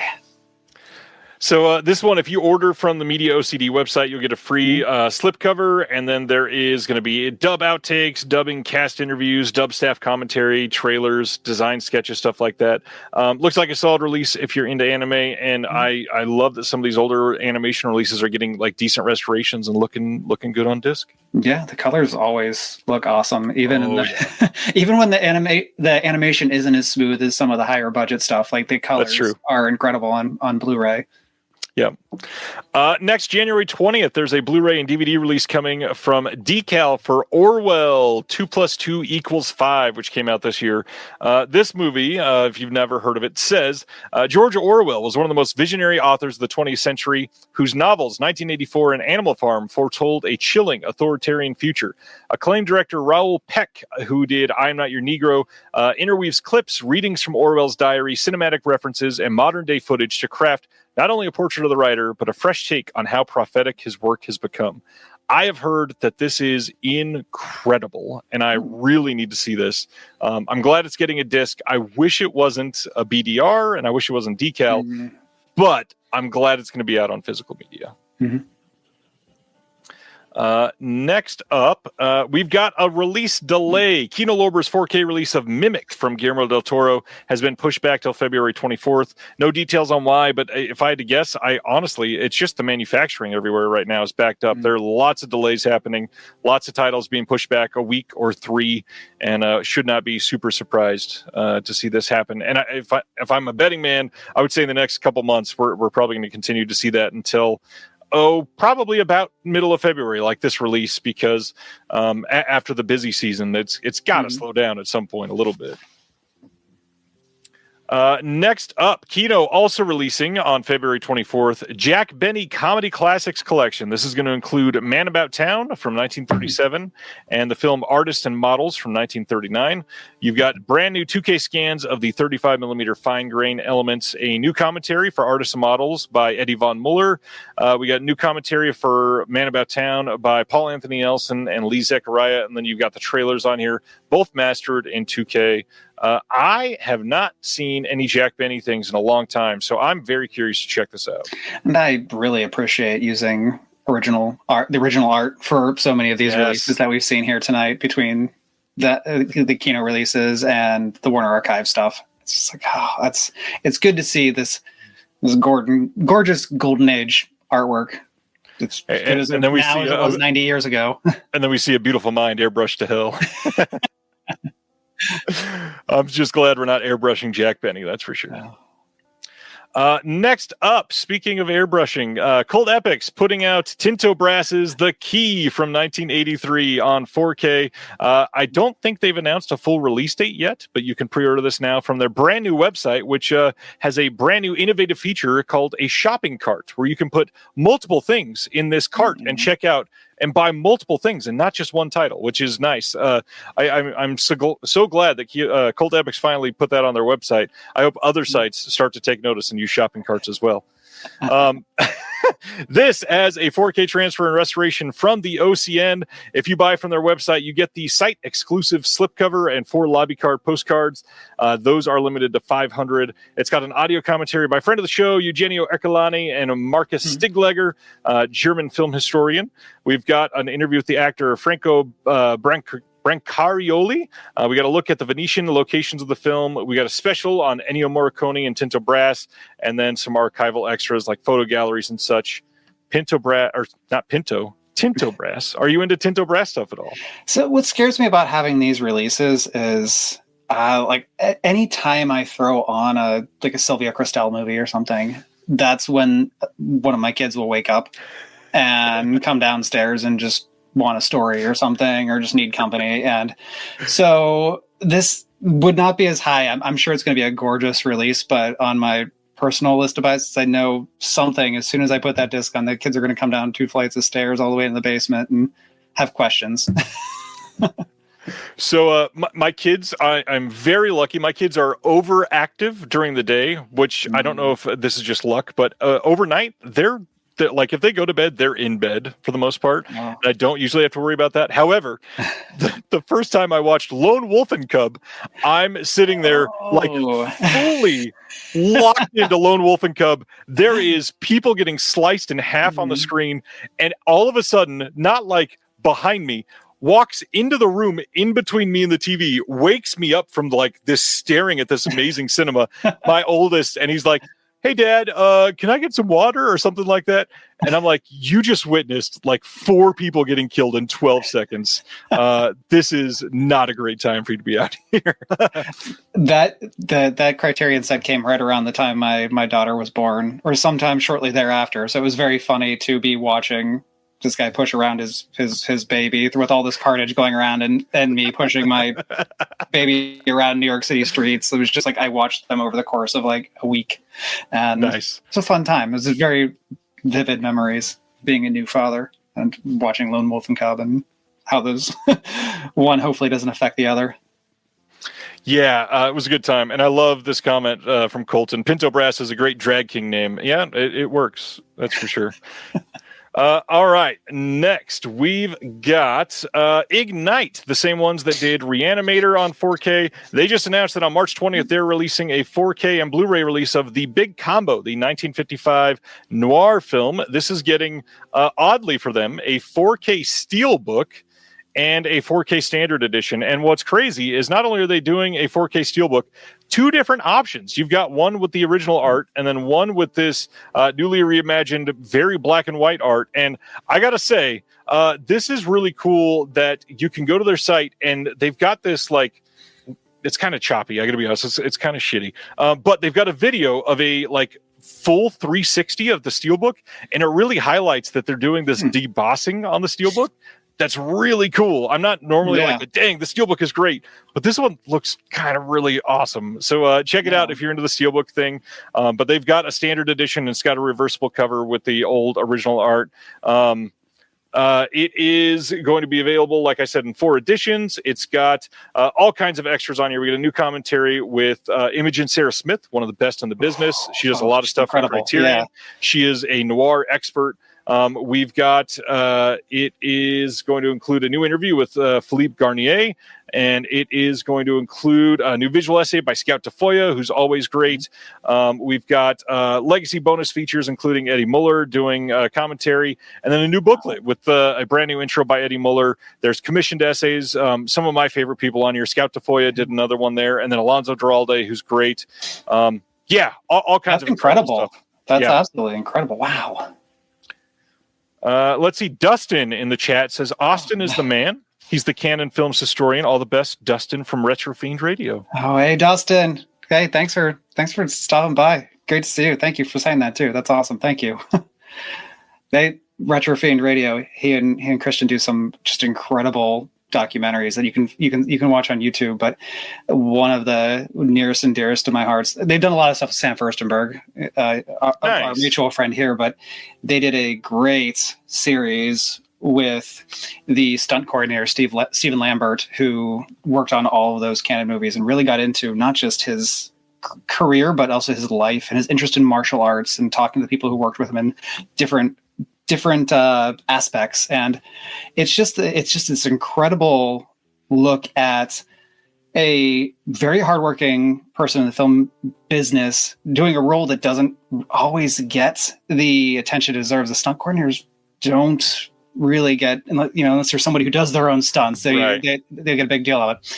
But yeah, there's just this absolutely, they've done the definitive documentary on Avenging Force that I love so much. But yeah, check out their stuff, especially the Stephen Lambert videos, if you just want to know what it was like doing stunt work for Canon in the 80s and working on all these different movies. And yeah, it's awesome. Stephen sadly unexpectedly passed away not too long after they made this documentary, but it makes me even more grateful that they did it, because just an awesome dude with so many incredible stories, and that he was very happy to share, and they did such a good job capturing, getting out there. But yeah, check out their documentaries, because Dustin and Christian do some awesome stuff.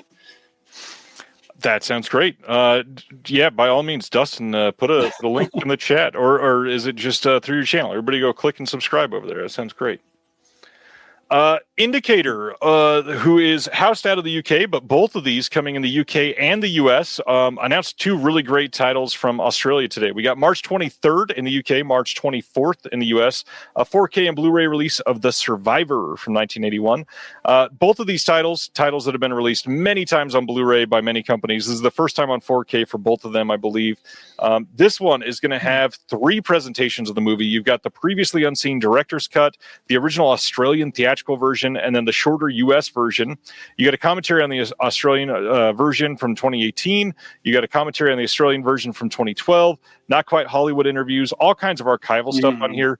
And then a brand new appreciation by Stephen Morgan and a couple other random things that they threw in there, plus an 80-page booklet, lots of new essays and writing on here, some excerpts from unpublished memoirs.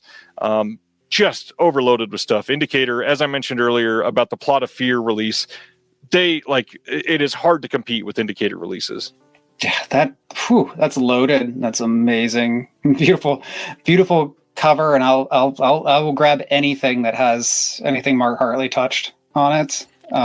So obviously huge fan of all of his documentaries. I was about to say he's like a god around these parts, right? Yeah. His awesome. Yeah, I have to seek this one out because I don't have any of the other releases of this one. So nice. This seems like the ideal time to grab it. I love this poster. Just great design, definitely eye-catching. And then another one that is beautiful to look at. The next title is Dead Kids, a.k.a. Strange Behavior from 1981. This is going to be uncut for the first time in the UK, which is really cool. We got a 4K restoration of the original negative that Indicator did themselves. You got two presentations of the film, the original Australian theatrical and the US theatrical, which the US theatrical is 2 minutes shorter than the Australian one. We got commentaries that are archival on here. Fiona Lewis fondly looking back on the movie and the production itself. We've got all kinds of archival stuff that goes back through many of these releases. And then a new presentation of a 2004 interview with Janine about the film. We get an appreciation by Stephen Morgan about this one as well. And then again, an 80-page booklet with new essay by Paul Duane, an exclusive extract from the producer's unpublished memoirs, and more. Again, just solid releases for both of them. What? Yeah, what incredible rosters of people they have working on these discs. Yeah. That is awesome. Indicator gets so many giant names, and then Paul Duane's another one. It's like anytime I see his name on something, even if I'm not as interested in the film, that makes me interested in the release. Dustin responded to you, says, "Thank you for the kind words, Austin. You guys rock. Keep up the great work. Here's our channel. Rest in peace to Stephen Lambert. He was a legend. All the best." Thanks, Dustin. Yeah, thank you. Yeah. Keep up the good work, guys. I love it. All right. Next, VVS Films in Canada is putting out the first physical release of If I Had Legs, I'd Kick You from this year, starring Rose Byrne. This has a director's commentary by Mary Bronstein and then a first look on the film. Did you get a chance to see this one this year? I did not. Do you recommend it? Especially as a parent, I will say this is going to be a film that you watch and you say, that was one of the best movies I've ever seen, and I will never see it again. That's funny. Yeah, becoming a parent does that. It's ruined a lot of, not ruined, but made me a lot of really wonderful films that I just can't watch again. They're just too hard. This is not a trauma against child type of movie. This is a parent going through it type of movie. And it is a just masterwork of a performance from Rose Byrne. She's incredible. Conan O'Brien plays her therapist in this, and he's just stupendous. And then out of nowhere, you can hear his voice in the beginning and on the phone a couple times, but Christian Slater shows up as her husband at the end of this. Great movie. Also a small part by A$AP Rocky, which is really great. This is just an amazing movie. All right, that is Five Legs I'd Kick You. Next up, I talked about Deaf Crocodile and their subscription earlier. Well, today they revealed all of the titles coming up from January through June. So let's run through this. We've got White Son of the Desert, which is one of the biggest Soviet Osterns out there. It's like a Eastern European Western. We've got Krakatit, which is stupendous. That movie is coming out on 4K, and if you've never seen Krakatit, you're going to love it. I would say wait, because the 4K restoration on that is legendary. It's going to look amazing. Don't go look up clips, because it's nothing compared to what you're going to see. Then we've got a 4K coming of Song of the Miraculous Hind. This is an animation title that is going to be gorgeous on 4K. And then my most just very, very anticipated release here is Dead Mountaineers Hotel. Have you seen that one? Mm-mm. So Dead Mountaineers Hotel is a story about this snowy lodge in the middle of the mountains, and there are murders that start to happen. And that story in itself is not super compelling, but the thing that is very compelling here is that you can basically hop in and get a quick sneak peek at these murders happening and how they're investigating it through the various angles of the hotel. And the filmmaking in this is unique in ways that you would never imagine. Like, there are shots where you can see somebody across a courtyard walking down an all glass hallway that are beautiful. I can't wait for people to see it. It is just amazing. And yes, I skipped Bill Plimpton. I'm sorry, Craig. Hair High from Bill Plimpton is the next deluxe edition there. We got a 5-film box set of Deefa Fairy Tales coming. Black Rabbit, White Rabbit coming on 4K, which is the brand new title from Shahram Mokri, the Iranian filmmaker. That is just going to be legendary. Legend of the Sacred Stone, which is I'm not kidding here, a puppet martial arts film. And I cannot wait to see the release for that one. Tomorrow, which is a Olivia Newton-John movie, which didn't think I'd be saying about a Deaf Crocodile release, but here we are. And then maybe one of the more exciting for lots of people, capping it off, is Hoffmaniata. That is going to be the last title in June. Just astonishing releases from Deaf Crocodile. Incredible. Yeah, what a lineup. And a martial arts puppet movie. That's awesome. Awesome. All right. Brendan is saying, what are the Deefa Fairy Tales? They have not announced yet, so you will have to wait and find out, because there are a lot of Deefa titles that are technically fairy tales that can be included. So just wait and see. If you want to subscribe, their subscription is only open until December 19th.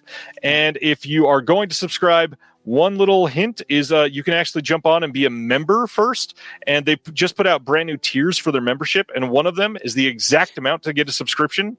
So you just immediately get a $50 discount if you become a member before you subscribe. So check that out.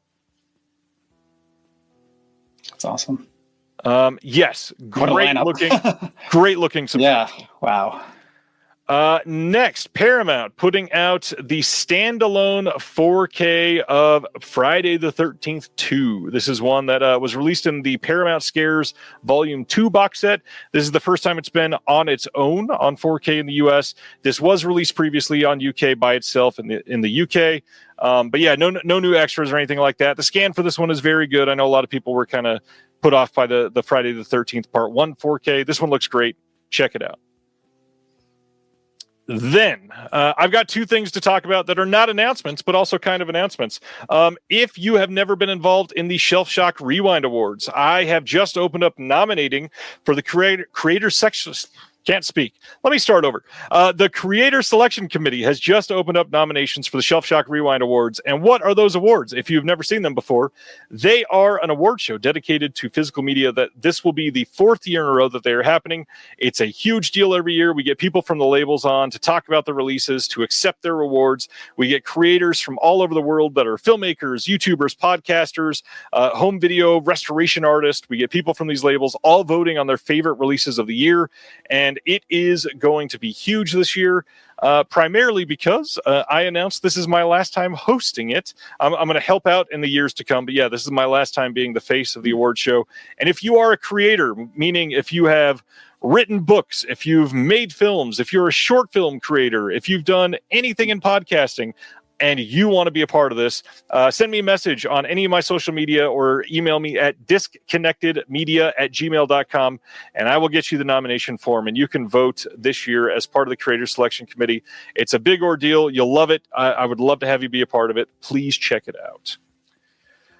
And the last thing, for anybody that has their own show, whether that be podcast, YouTube, anything like that, I have a giant project that is getting announced in January that I need to promote the hell out of. And so if you would have me, I would love to be a guest. I'm trying to fill up as many spots as I can. My schedule is going to be packed pretty tight over the next 6 weeks of promotional opportunities. So please have me on. I cannot wait to share everybody what this is. But until then, if you've got a show, please let me come on and talk about it. We will happily discuss. All right. Just in case you forgot, let's talk about what's coming out this next Tuesday here in the U.S. Run through these really quick. We've got the Teenage Mutant Ninja Turtles 4K box set from Arrow. We've got Pee-wee's Big Adventure 4K from Criterion. Still can't believe we're getting that. We've got Boogie Nights on 4K in the Steelbook and the standard release. Leaving Las Vegas. Lots of Nick Cage tonight. 4K from Shout Factory. Babe and Babe Pig in the City on 4K from Kino. David Cronenberg's Rabid on 4K from Shout Factory. David Byrne's American Utopia coming from Criterion. Jarhead 4K Steelbook drops next week. Scars of Dracula 4K from Kino. Walking Tall from 2004 4K from Kino as well. Filmmasters putting out their Vincent Price House on Haunted Hill release next week. We've got some of those Warner Archive titles coming out. We've got Wally Gator, the complete series, Lippy the Lion, and Hardy Har Har on Borrowed Time, and then San Antonio and The Valley of Decision, all dropping next week from Warner Archive. We've got Monk, the complete series, coming out next week, which, again, I know that we've pointed this out every time, but I love that as a show about somebody with OCD, one part of the entire box set doesn't have a slipcover in the end. Hilarious. Shout Factory's Hong Kong New Wave Essentials comes out next week. That is a site-exclusive box set. You can buy that on Groove.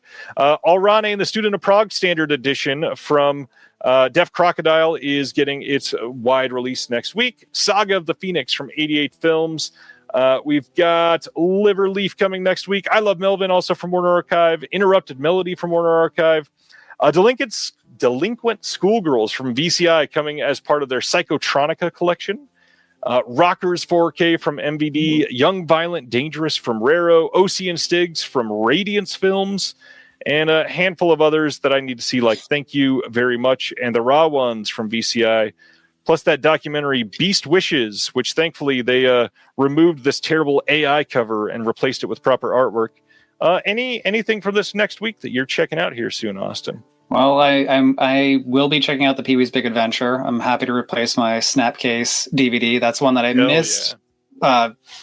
missed in the last generation. So that's going to be a huge upgrade for me there.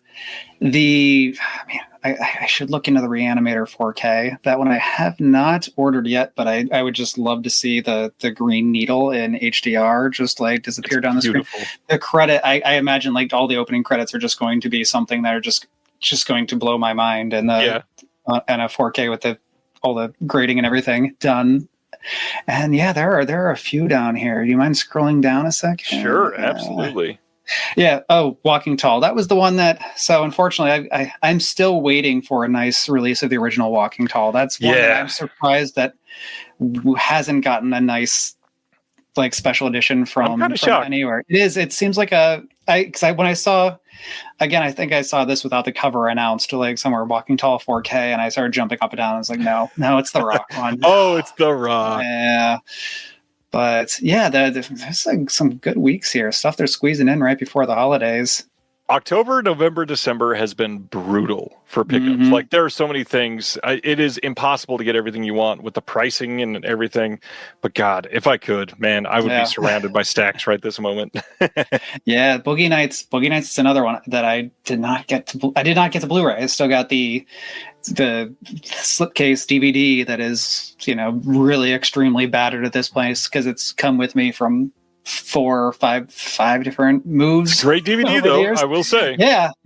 So that's one of those ones that's a very, very battered one that I'm way overdue to replace. So incredible week ahead. Check it out if you are after anything. All right. Before we get into our topic for the night, the Canon Film Guides are out there.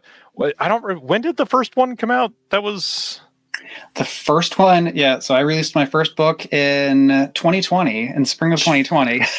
Great time.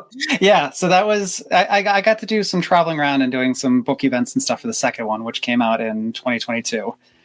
So, man, yeah, it's been a little while. The third one is taking me much longer, but my kids are older. They have more things going on.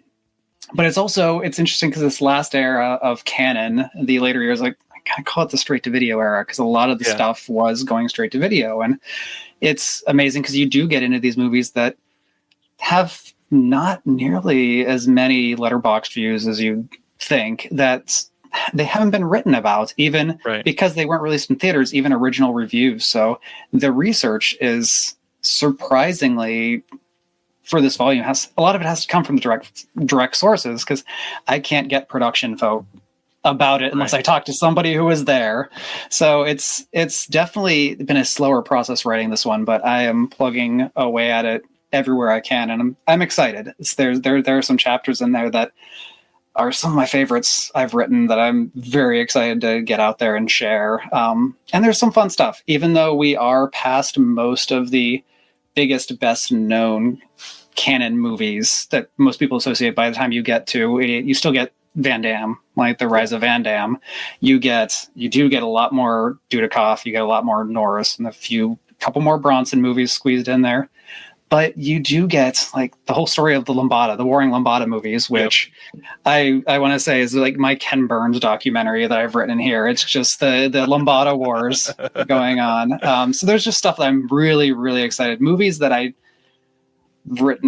did not expect to be this excited and find this much interesting stuff about them. So it's been a fun one, because this is one where I've really had to dig deep on a lot of these, but the stuff I'm pulling out there is truly stuff that, these are movies that people haven't talked about. This is another one that, between the first two volumes, there's still like a handful of movies that are only available on VHS or in the first two volumes. On this one, I'd say maybe a third of it has never had a proper DVD release. So I am screening these from, I've got a beautiful 4K TV, but then I've got a tiny VHS built-in TV that's sitting in the corner of this office over here, and I'm watching erotic, like very bad erotic thrillers that are in 240p. that were rentals, so they're very worn out. And so it's fun, because it's also, when I started the first book, a lot of the movies that are now on Blu-ray were not on Blu-ray yet. Right. And so it's cool. It's taking me back to that very beginning, because it's a fun way to watch these movies. As glad as I am to watch Revenge of the Ninja in 4K, I'm very excited for it. It's also very fun still to pop in the big box VHS tape and watch it the same way I did when I was, in sixth grade. It has been a hell of a 5 years for Canon. A lot of the stuff that never got attention has gotten releases that has led to people finally talking about them. And I got to say, like, I love the first two books. I'm very stoked that people have truly discovered things about them, because there's lots of information that has never been compiled that way before, which is why you had to do it. So thank you.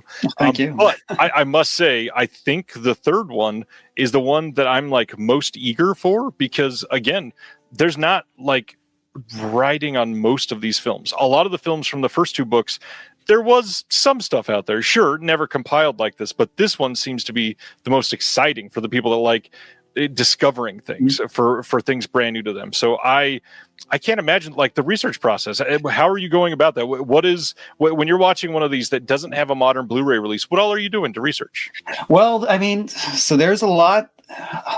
If there's any major star or anything, not even, I can't say major star, like even recognizable star. If you can watch the movie and know somebody's name, you can a lot of it. I look through old articles. I have a lot of newspaper subscriptions. I spend a lot of time down at the Performing Arts Library in Lincoln Center, because they have some great archives from Variety and all the different trade magazines. there's that. But then in the stuff for the films where that's not available, which is a lot of them, I'll be honest, I am going down the credits list and seeing who I can find on LinkedIn, on Facebook, on and sending very very kind email messages. Hey, you don't know me. You made this movie 30 years ago, and maybe it was the only movie you in, or one of a few movies you worked on like a few years ago. But would you like to talk about it? And so it's nice. A lot of times there aren't responses, but then there are the responses where it's like, yeah, nobody's asked me about this movie.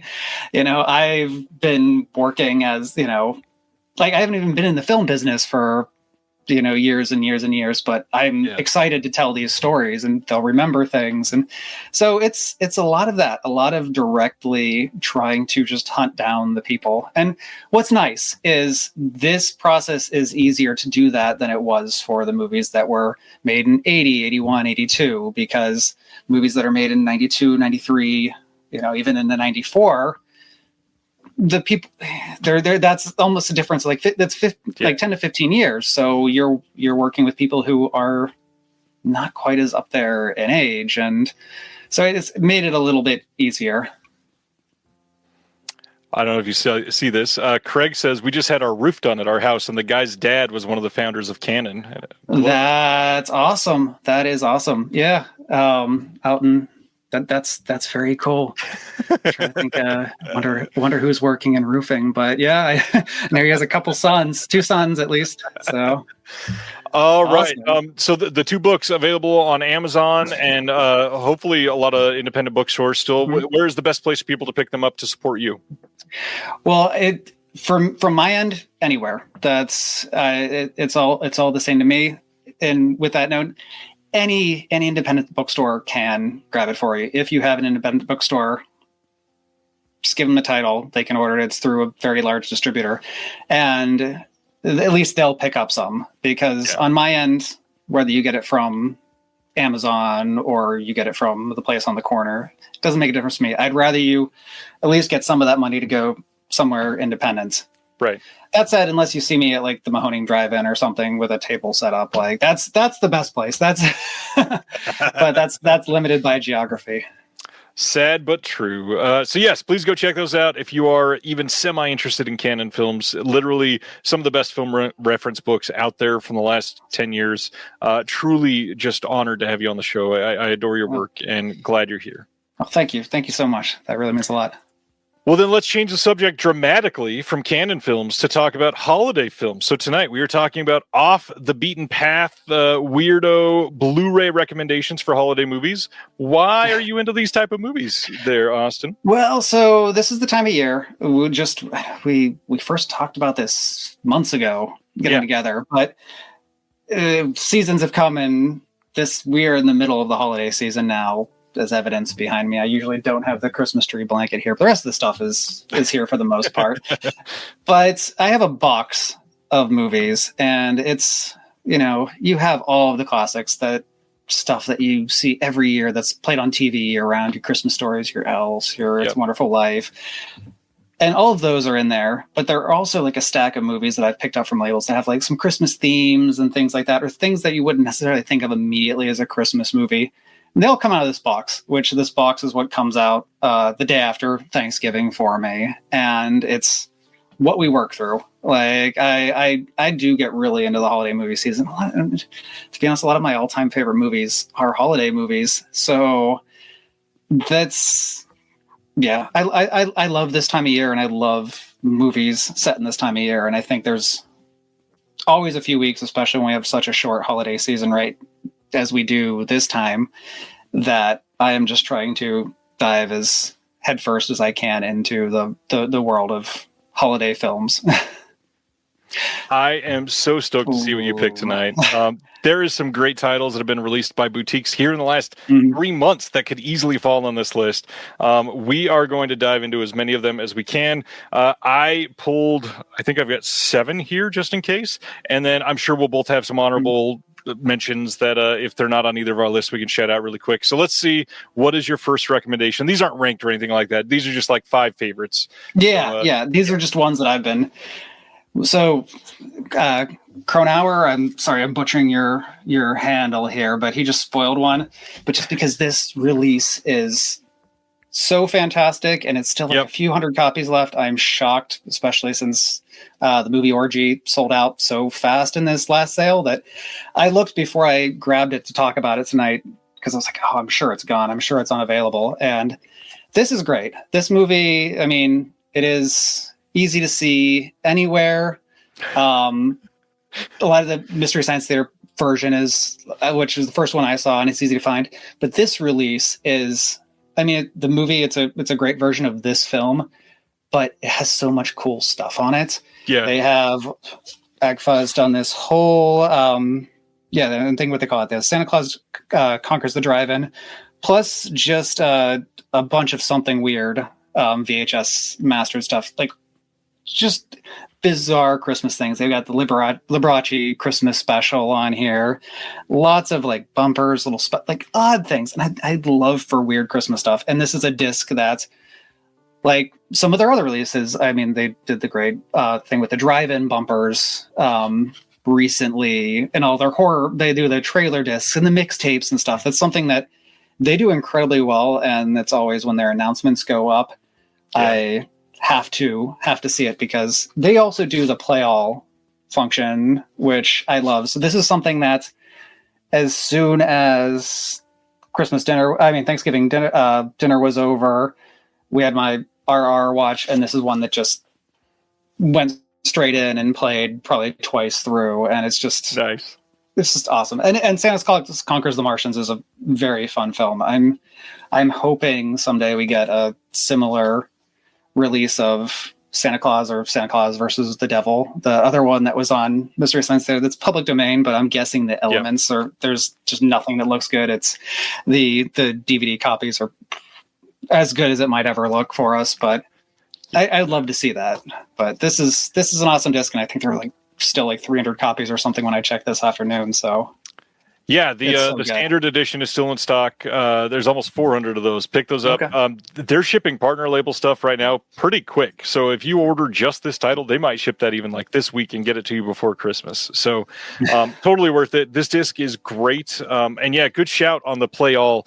AGFA does that as like a special feature a lot of times. They'll put 3 films on a disc, and literally you press one button and you've got the next 4 hours of your life programmed for you. And it's always a good time. Yeah. So that's my first one. And thanks to Kronauer, because I had to, as soon as they said that, I jump in with it because I'm like, I'm betting this is on Ryan. This might be on Ryan's pile. I kind of assumed it was going to be on yours, so I left it to the side. All right. I actually, one of the ways that I thought I would juxtapose you, I went slightly more modern on a few of mine. Okay. So we'll see if any of those cross over. The first one is I had to highlight his film because I adore this movie. This is by far the most mainstream of these picks, though. This is the beautiful movie Tangerine by Sean Baker.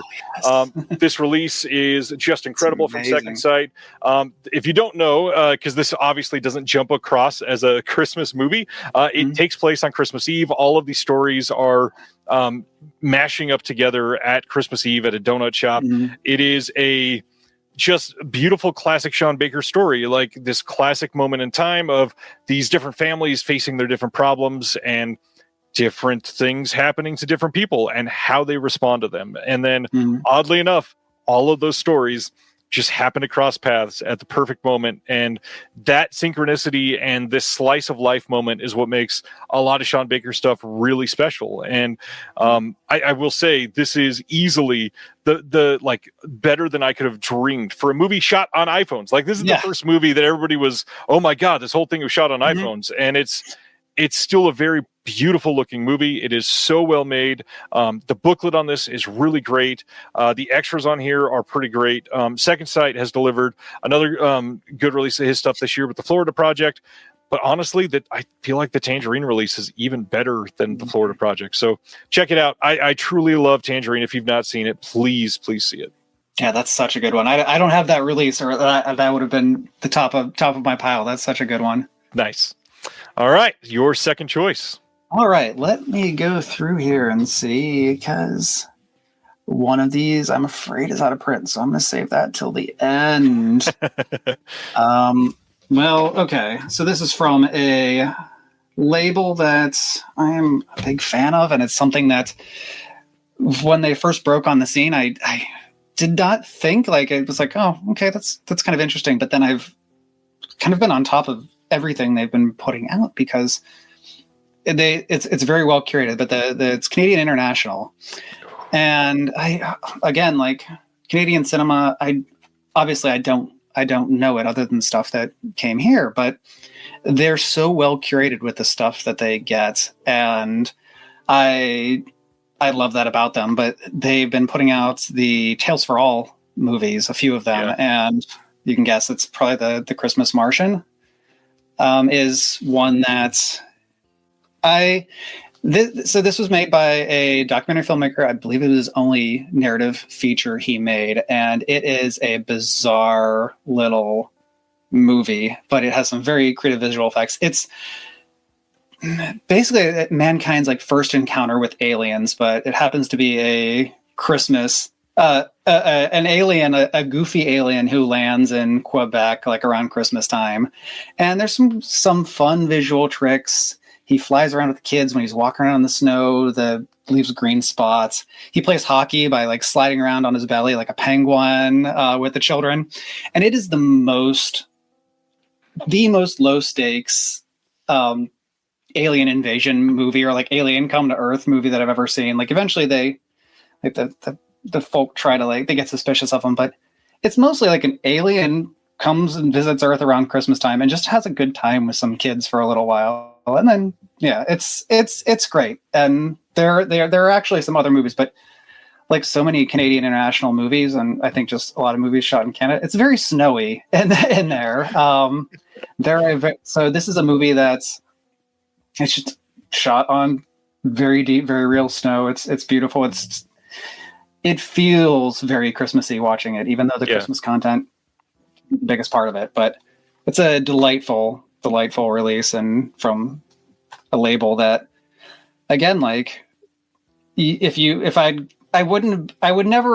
gone back in time and told myself that one of my favorite labels would be one that just puts out Canadian movies that you haven't seen, I would not have Canadian films ever made. I would just, like, I never would have believed that this would be like one of the ones I would get most excited about when, like, the OCN announcements go up, and I'm like, it's AGFA and usually Canadian International, like the first two I go to look for to see what's new. That is a great choice. Canadian International is great at what they do. I'm hoping that they ramp up some big releases soon. They've been teasing some big things, but the last couple of months they've been kind of quiet. So eager to see what they got coming next. This next one is one that does not get a lot of Christmas love for a lot of people, but funny enough, a lot of the marketing has Christmas in the marketing, and is something that when you watch it, it's quite obviously a Christmas movie. And I'm not going to say a ton about the plot on this one, because if you've not seen it, which is most people, I'm going to say you have to see this movie, not blind. And so I'll say a couple details, but if you've not seen it yet, you must see 1978's The Silent Partner with Elliot Gould. You can see Santa Claus straight on the cover here holding a gun. So yeah, there's something interesting here. But for those of you that don't know, this is starring Elliot Gould and Christopher Plummer. This is a bank robbery movie where Elliot Gould is just a casual employee at the bank, and he is witnessing this robbery, and stuff happens, and it is a much more compelling story than that sounds. It is really well acted. It is shot impeccably, and the action in it is very good for the type of movie that it is. I think it is easily one of the more undersung, like, you should watch this as an off the beaten path Christmas stories, because it fits up there with like your modern stuff like Kiss Kiss Bang Bang or Lethal Weapon, like we were talking about. Kind of similar feeling, but less on the comedy side. The Silent Partner, Great. Early appearance from John Candy for people. Speaking of Canadians, check out The Silent Partner. I believe Kino has announced that that's coming on 4K. So if you don't have it and you are an upgrader, you might want to wait slightly. But the Blu-ray is out there. It's very cheap. Great looking release as well. Me personally, I'm probably not going to upgrade to the 4K. The Blue's more than enough for me. I've watched it a few times. I was going to say that one. At least they waited a full year before announcing a 4K. I picked that up. I think the November sale of last year. I wanted it for the holiday time. Yeah. That went in the box. All right. So for my next one here, I'll reach over.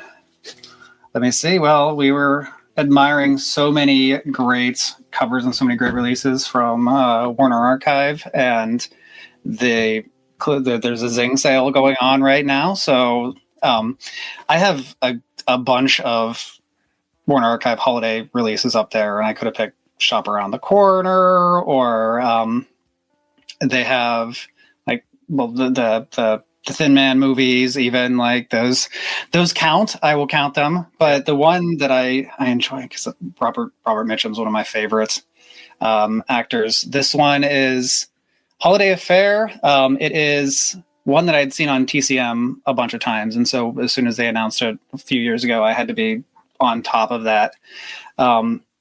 It is Robert Mitchum, not a creepy Robert Mitchum, which is always fun to see, but he is basically, there's a woman who, she has a young son, and she's got a stable, wealthy, I think her boyfriend's a lawyer, her fiance is a lawyer, and smoking hot Robert Mitchum comes along and makes a connection with her son, buys him a toy train at a department store that he can't afford, and like the son sort of falls in love with him. So it creates this love triangle between, is she going to go for the guy that the wealthy guy that she's with and that everyone around her likes, or does she go for the kind of rough around the edges, almost like drifter type Robert Mitchum? And you can guess where it's going to go, but it plays out in a very, very fun way in this one. And Warner Archive, I have I think 4 or 5 of their Blu-ray releases in my Christmas box, but this is my favorite of the bunch. I just started thinking of all of the Warner Archive titles that could fit in that box. And I mean, there's Meet Me in St. Louis is another one. There's 11 titles that jump straight to mind. Solid pick. And I love that it's a Warner Archive title. It's, again, like I said earlier, it's a great time to support Warner Archive. Mm-hmm. All right. I'm going to go from 78 to a much, much, much more modern film. One that I feel like hardly anybody saw, even though it was released in a pretty good version here from Arrow. This is 2022's The Leech, starring Graham Skipper. Graham is a friend of a friend. He is in a bunch of modern horror films. He's friends with Joe Begas. He's been in a couple of his. He was in the musical version of Reanimator. He wrote the Toho licensed book on Godzilla, and he's about to do a new updated version of that this year. So lots of cool stuff from Graham. But The Leech, if you've never seen or heard of this, Graham plays a preacher who takes in a homeless guy who is struggling, can't find a job, has a lot of personal things going on. He allows him to stay in the priest's home that he uses for his church, and unfortunately, the guy is not really the church house staying type, and so things start to go pretty poor. He also allows a woman half to stay there with him, and unfortunately the pastor starts to get quite, we'll say, tested in his faith, and it starts to unravel in this really weird, almost surreal way. There's a lot of really great scenes where you don't fully understand what's happening until the ramifications of it are revealed, and it's a really fun kind of psychological thriller with a lot of great horror elements. It's a fun movie, very clearly Christmas imagery everywhere, lots of snow, shot well, and it will leave you feeling kind of tired after. It is certainly worth the watch. Probably on sale in every Arrow sale, because I feel like nobody bought it. But the disc is great. Lots of good extras. The picture looks incredible. Check out The Leech. It's a good movie. I had not heard of that one, but I'm able to check it out. Again, nice. even from being from Arrow, and I haven't seen it. So that is definitely flying under radars. Thank you. Happily. Let's see. Well, I am going to grab one that I'm afraid might be out of print or just available in certain places. It was available for sale for a song, like an incredibly low amount, and for several different sales, because it was one of the titles that Fun City had, both with Vinegar Syndrome when they were there and with MVD. Maybe it's available somewhere, but it's like $10 and it's like several sales. But Morvern Collar, again, I'm probably butchering her name, but it is a grim Christmas tale that opens at Christmas time. Absolutely incredible film. Samantha Morton's amazing in it. But the premise, and I can't say too much because it's a movie, you're just sort of watching how things play out. It's not plot heavy, but it's so much about just the tone and the characters. But someone comes home and it's Christmas Day and she finds her boyfriend is deceased by his own doing. And it's just a unforgettable image with there's blood, but the blinking, twinkling Christmas lights here. And it's a very slow burn at the beginning, but she finds he had left a document open on his computer and it was a novel he wrote.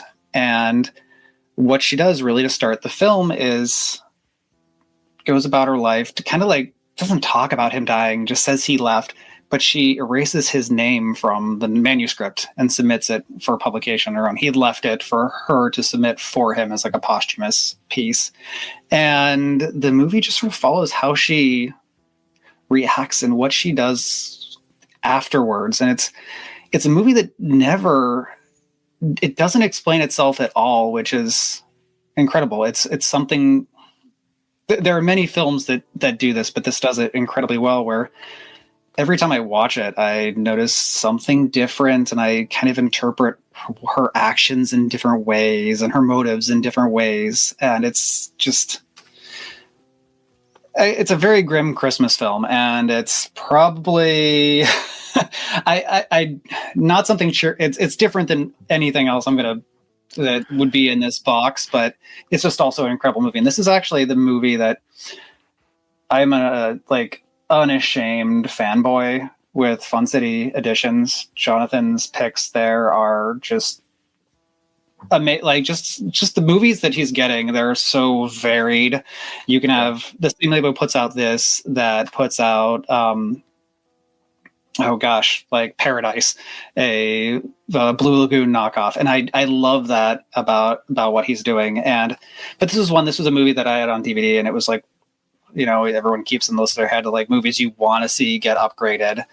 And it was this movie came out from there that I did not expect. And it's got cool stuff on it. Chris O'Neill does some work for this, which is just fantastic. Nice.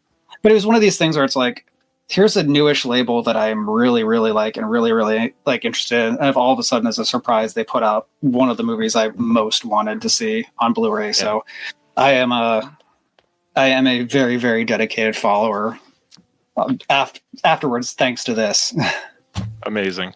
Yeah, it's a great choice. I had one that was probably about as dark as that I was going to talk about, so I will instead change to something different. But man, if you've never seen Morvern Collar, it is quite good, really well directed. This is Lynn Ramsey, who's I mean, after seeing Die My Love this year that she just put out, she's one of those directors that every time I watch one of her movies, I kind of want to watch them all again.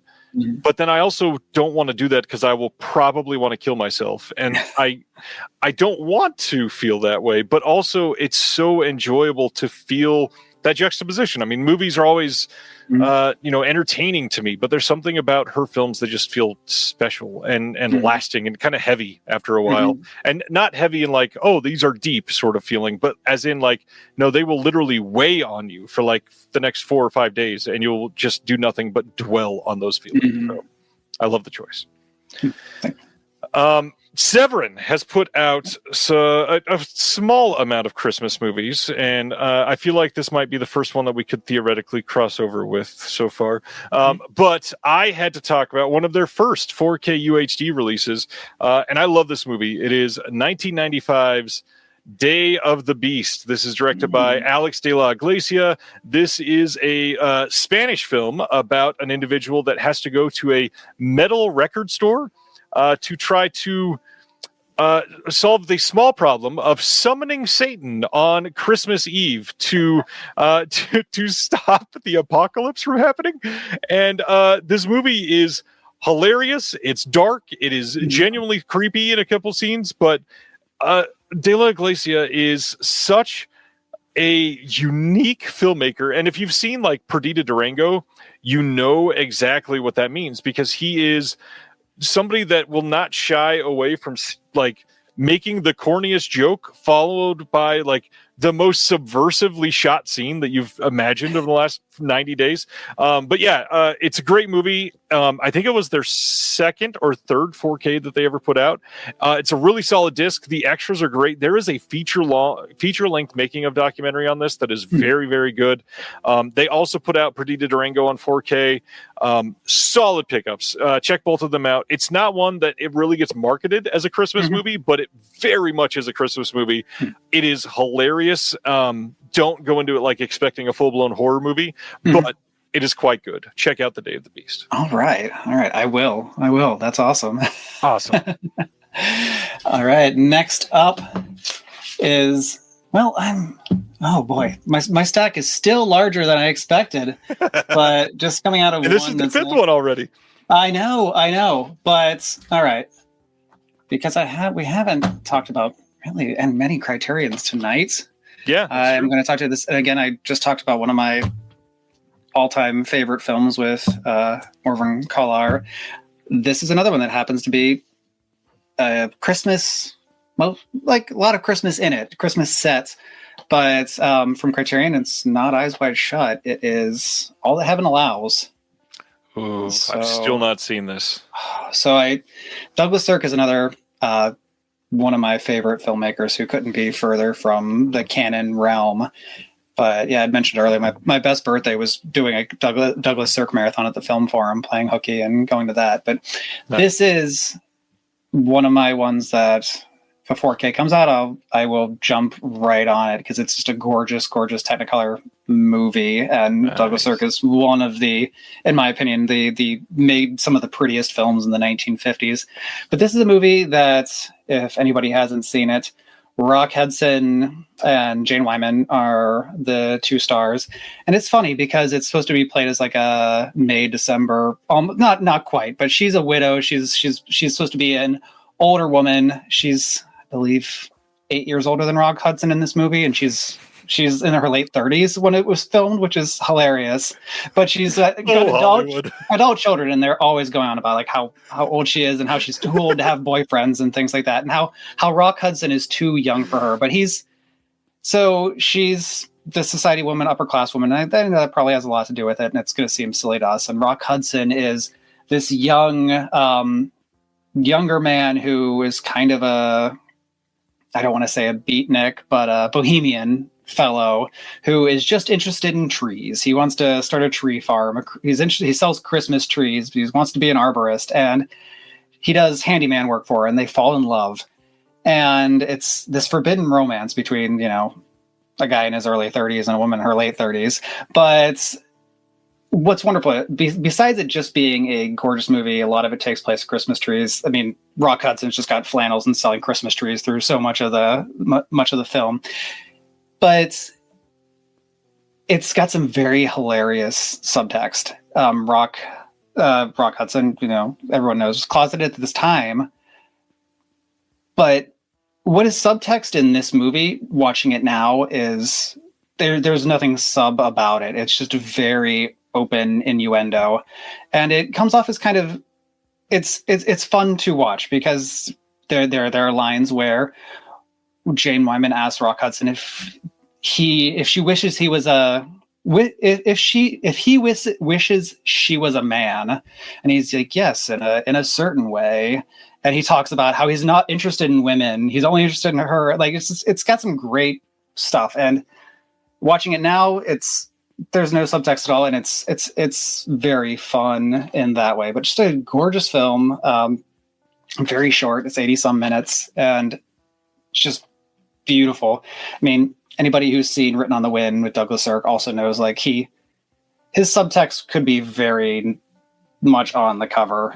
I think of the woman stroking the long phallic building at one point in the film, and there's nothing hidden there. There's a lot of boner jokes. If I'm, I'll say that now in this one that are not hidden at all to a 2020 audience, but at the 50s, maybe they didn't see it. I don't know, but wonderful, wonderful film. Just delightful in a lot of ways. I have to see it. I was trying to think when you brought up the 4K at the beginning. Are there any Douglas Sirk films on 4K yet? I was trying to. Not in my collection, so I don't think so. Yeah. Huh? No. I guess we're due for a 4K box set. Come on, Criterion. Yeah, well, I know because even Written on the Wind got the very, very late. It felt like that came to Blu-ray very late. So that when I was waiting forever for the DVD to get upgraded to a Blu-ray. So maybe I don't know. Maybe it's further down the schedule because hopefully, fingers crossed, because they'd be a beautiful film to have, and just the colors are incredible. It's one of those just mind-blowing Technicolor films. Yeah, undoubtedly would sell well too. I mean, with his name attached to it. Come on. All right, so I've got a couple obvious choices and one that's a little more under the radar. So I'll flash up the obvious choices as part of the honorable mentions after. So the under the radar one, this is another release from Second Sight. This is a very modern movie again, kind of like Tangerine that I was talking about. In fact, it's even later than Tangerine. I think it's a 2017 film. I'm having trouble finding the year, so I'll just say that and probably be wrong. Please correct me in the chat. But this is unlike anything else that we've talked about tonight. So I wanted to shine a light on this one because so few have seen this yet. It is the incredibly unique, very funny, the amazing Anna and the Apocalypse. This is a modern zombie horror comedy musical. That is a lot of adjectives, and yet they're all accurate. This is such a well-made, fun movie. The songs in this are actually good. I know a lot of people get scared at the word musical. It is actually good. Like, the songs are funny. They're well-performed. They work. There's actual singing and dancing done in a reverential way. It is really great. I will say, the Second Sight limited edition, which is long, like difficult to find now, had a booklet on the inside with lyrics to all of the songs, which is really great. The release here also has, I believe, maybe not. So it's a Blu-ray disc, and it is completely region free. So if you're after this one, you can check this out. It's got 2 discs. It's got a theatrical cut and the extended cut. This movie is genuinely funny. Very, very Christmas themed, as you can see. Like, there's no doubt that everything about this is Christmas. There is the small town at Christmas where these zombies are attacking them. It is funny. It is not really scary, but there's a lot of actual horror elements. The makeup is very good in this. Like, it's actual gore makeup. And again, like, hardly anybody has seen this. I think it was on Shudder before. Not sure if it still is. See Anna the Apocalypse because you will fall in love with the music. It is so good. Mm-hmm. That's a fun one. That came out right at the time at the end of my time in New York, and I remember going to see it. So it was one of the ones that played down in the Village, which is cool. I would love to see that in a theater. I never got a chance for that one. Do we want to go just rapid fire through the last ones? Because I'm excited to see if you've still got some in your stack there. Some of these are less obvious. One, I didn't want to double dip on a label, but Canadian National, another Tales for All was the dog who stopped the war. It's just about a giant snowball fight during Christmas time. It's, if you read Calvin and Hobbes, there are those beautiful strips where it's just Calvin and Hobbes like playing in the snow, and it just this wonderfully winter landscape.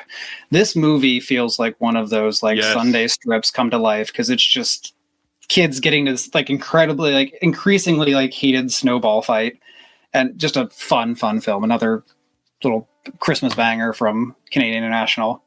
It was like a lot of their movies contain like some sort of a snowmobile chase, or there's a lot of snowy movies that they've done. It's hard not to when you're in Canada. Yeah. My next one, really obvious pick, was Rare Exports. Oscilloscope put this out. Great movie. It is a new Christmas classic. Most people have seen this one. Genuinely creepy, actually, in quite a lot of scenes. Pretty good Christmas horror. Check it out. It's still in print. You can get that at Amazon for $12. It's a really great movie. Get the Blu-ray. So worth it. Here's my very obvious pick, but also shameless self-promotion, but Invasion USA on 4K, Chuck Norris saving the United States from an international band of terrorists led by Richard Lynch at Christmas time. It is a very fun movie, and one that I was proud to be involved with in many, many ways. It's just a great, great set that they put together.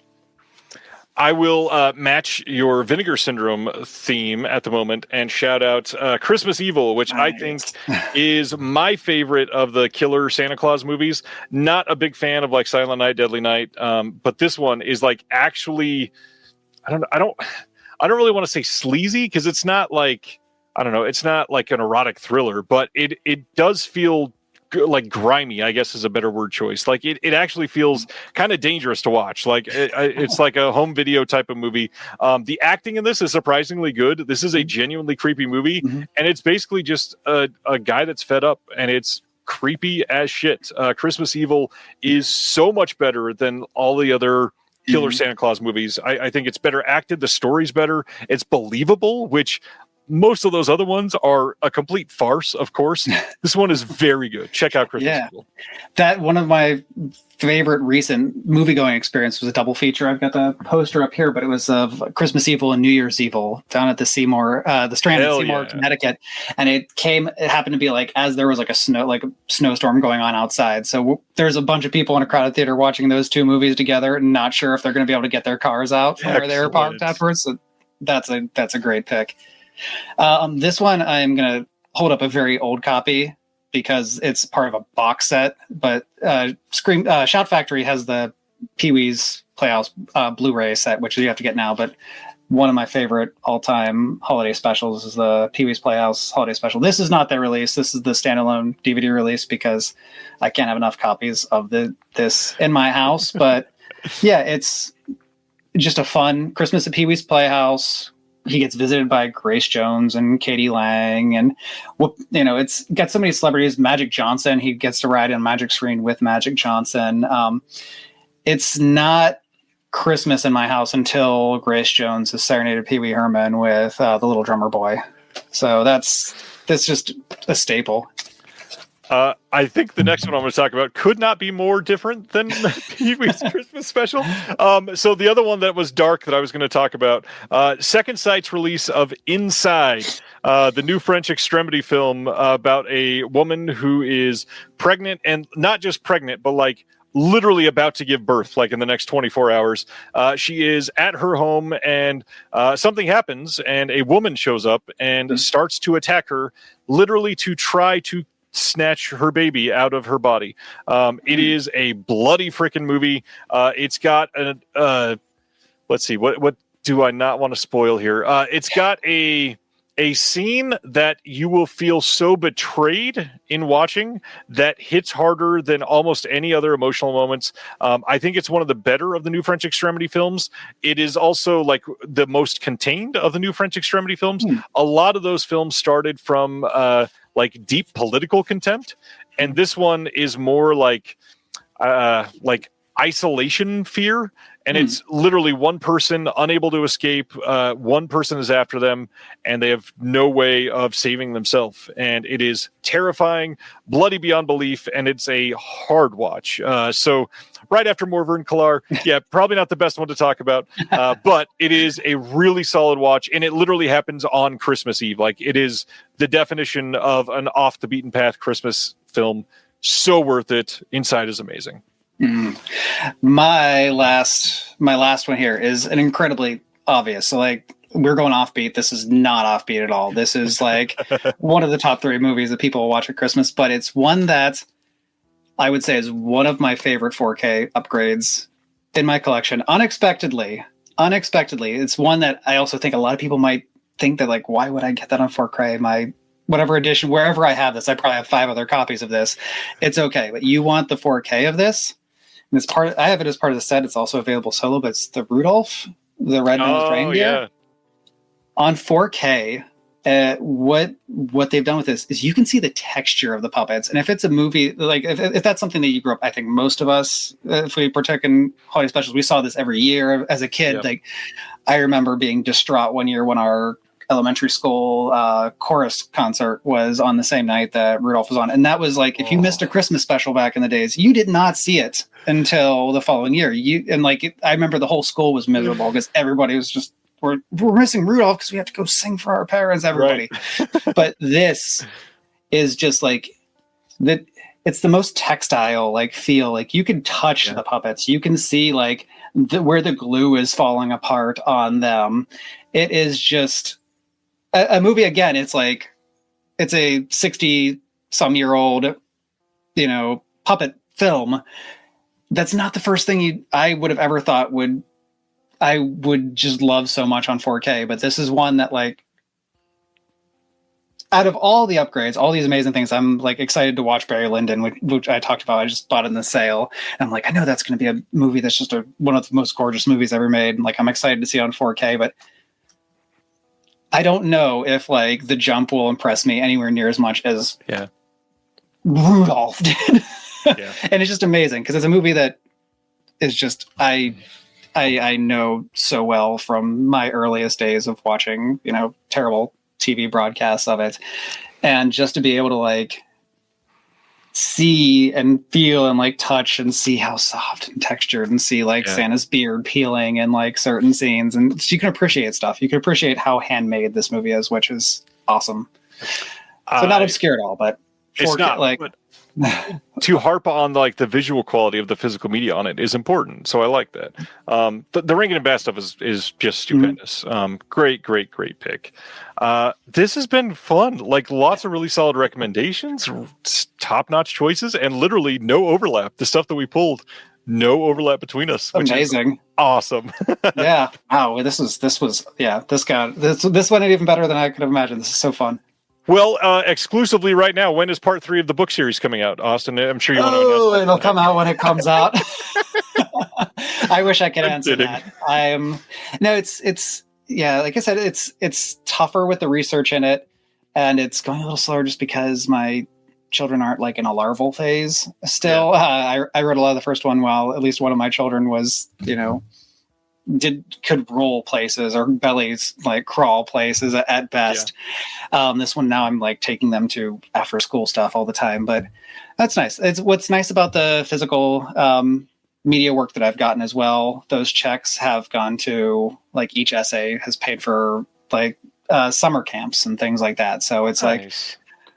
So I don't feel as bad about doing the Blu-ray essays that it's taking away from the books. It's allowing me to also, like, if I work on that, I can take a full week to just dedicate to that. So it's coming along, and I'm very excited with how it's going. I don't have a date yet. There's still a ways. So please bear with me. Obviously, I was kidding. I cannot wait to see it. I hope people support it when it comes out. Chris on Facebook is saying, I excited him when I said Rare Exports was $12 on Amazon, but it's $21 right now.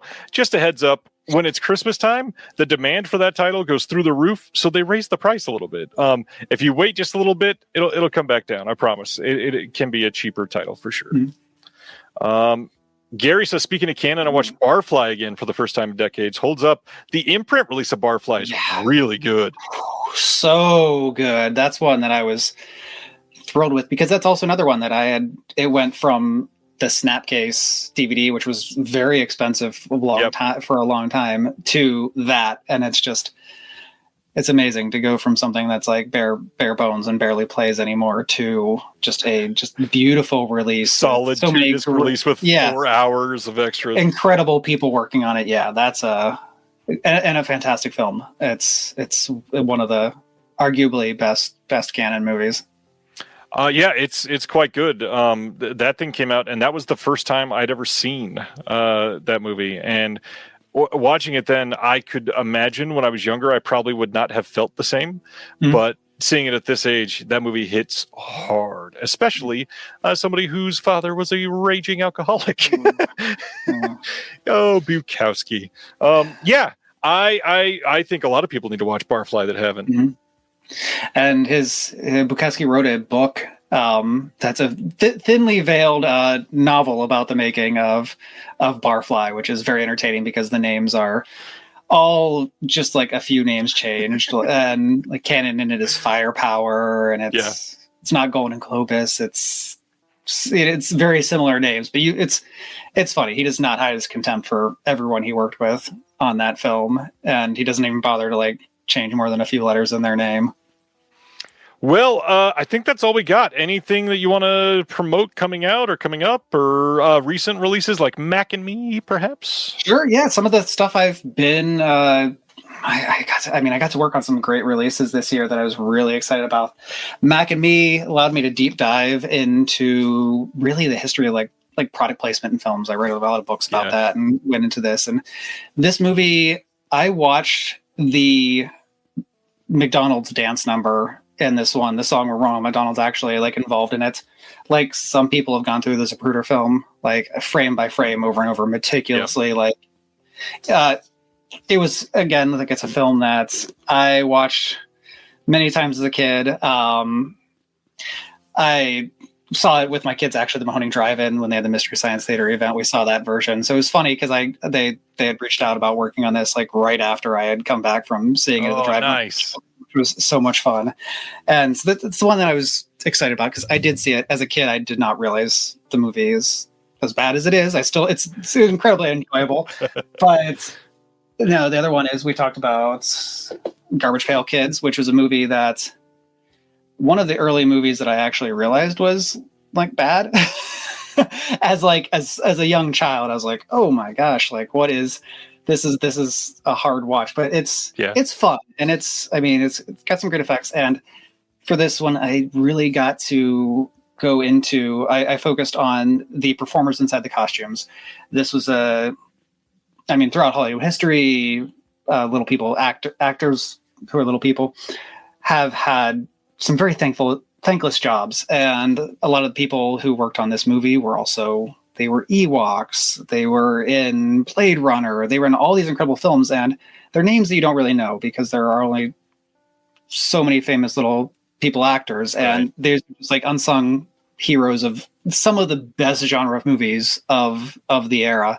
And so I really enjoyed getting to go into their careers and lives and where they came from, how they wound up in Hollywood, how they ended up working in movies. And it's one that I'm very proud of. The other one was Just a Long Dream. This was my last release from this year, but I was a Trauma fan, coming like from canon, but Sergeant Kabukiman NYPD. And I was very grateful because the angle they let me take was going through all of the, cause this is the Lloyd Kaufman's like superhero movie, one of the two with Toxic Avenger. And he had, and people know, but he was a lifelong friend of Stan Lee, and they worked on so many scripts together. So I broke down some of the projects, all the unmade projects that Lloyd Kaufman worked on with Stan Lee over the years, which was in the 60s, back when, Marvel was the Marvel that we know today is this big, huge thing, through like the dark times, like the early 90s, when it's just a fascinating, some really crazy projects that are something they work together on a script called The Man Who Talked to God, which was about faith and things like that. And you never imagine Lloyd Kaufman and Stan Lee working on a script about faith together. Those aren't the two names, but it was a fun project, and just going through a lot of archives and finding out information about these. And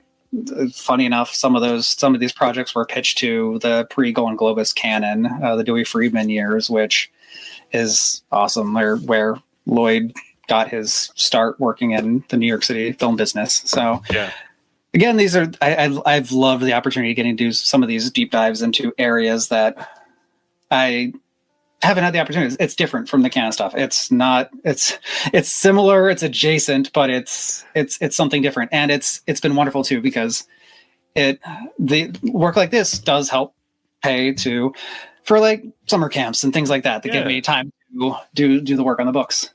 Excellent. Yeah, everybody needs to check those out, and the books especially. Like if you like any 80s cinema, which I'm sure if you're watching this you do, these are imperative to at least be able to browse through and glean any sort of information from, because they are legendary. The amount of films that are covered by Canon is kind of shocking if you don't know the deep dive behind Canon. Check it out. Check out both of the books, and I can't wait for the third. Austin, thanks so much for doing this tonight. Oh, thank you so much. This is so much fun, and thank you so much for the invitation. I'm honored to be here. Incredible. So glad you were here. Hopefully we can do it again. Everybody come back next week. Erica from Unsung Horrors will be our guest next Thursday. And until then, stay safe. We'll see you next week. Thank you for watching The Disconnected. On the way out, make sure that you are subscribed to the channel, that you've liked the video, and that you've copied the link to be able to share with someone else that may appreciate this.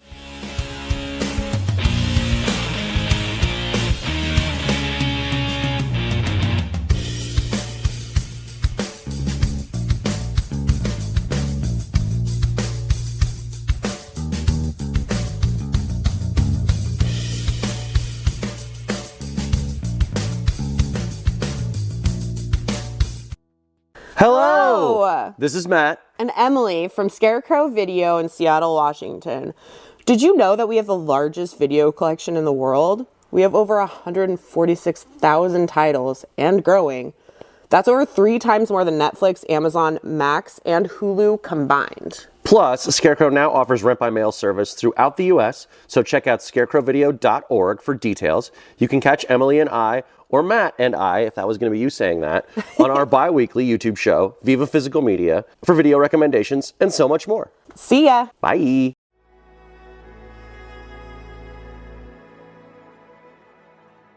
Thank you for listening.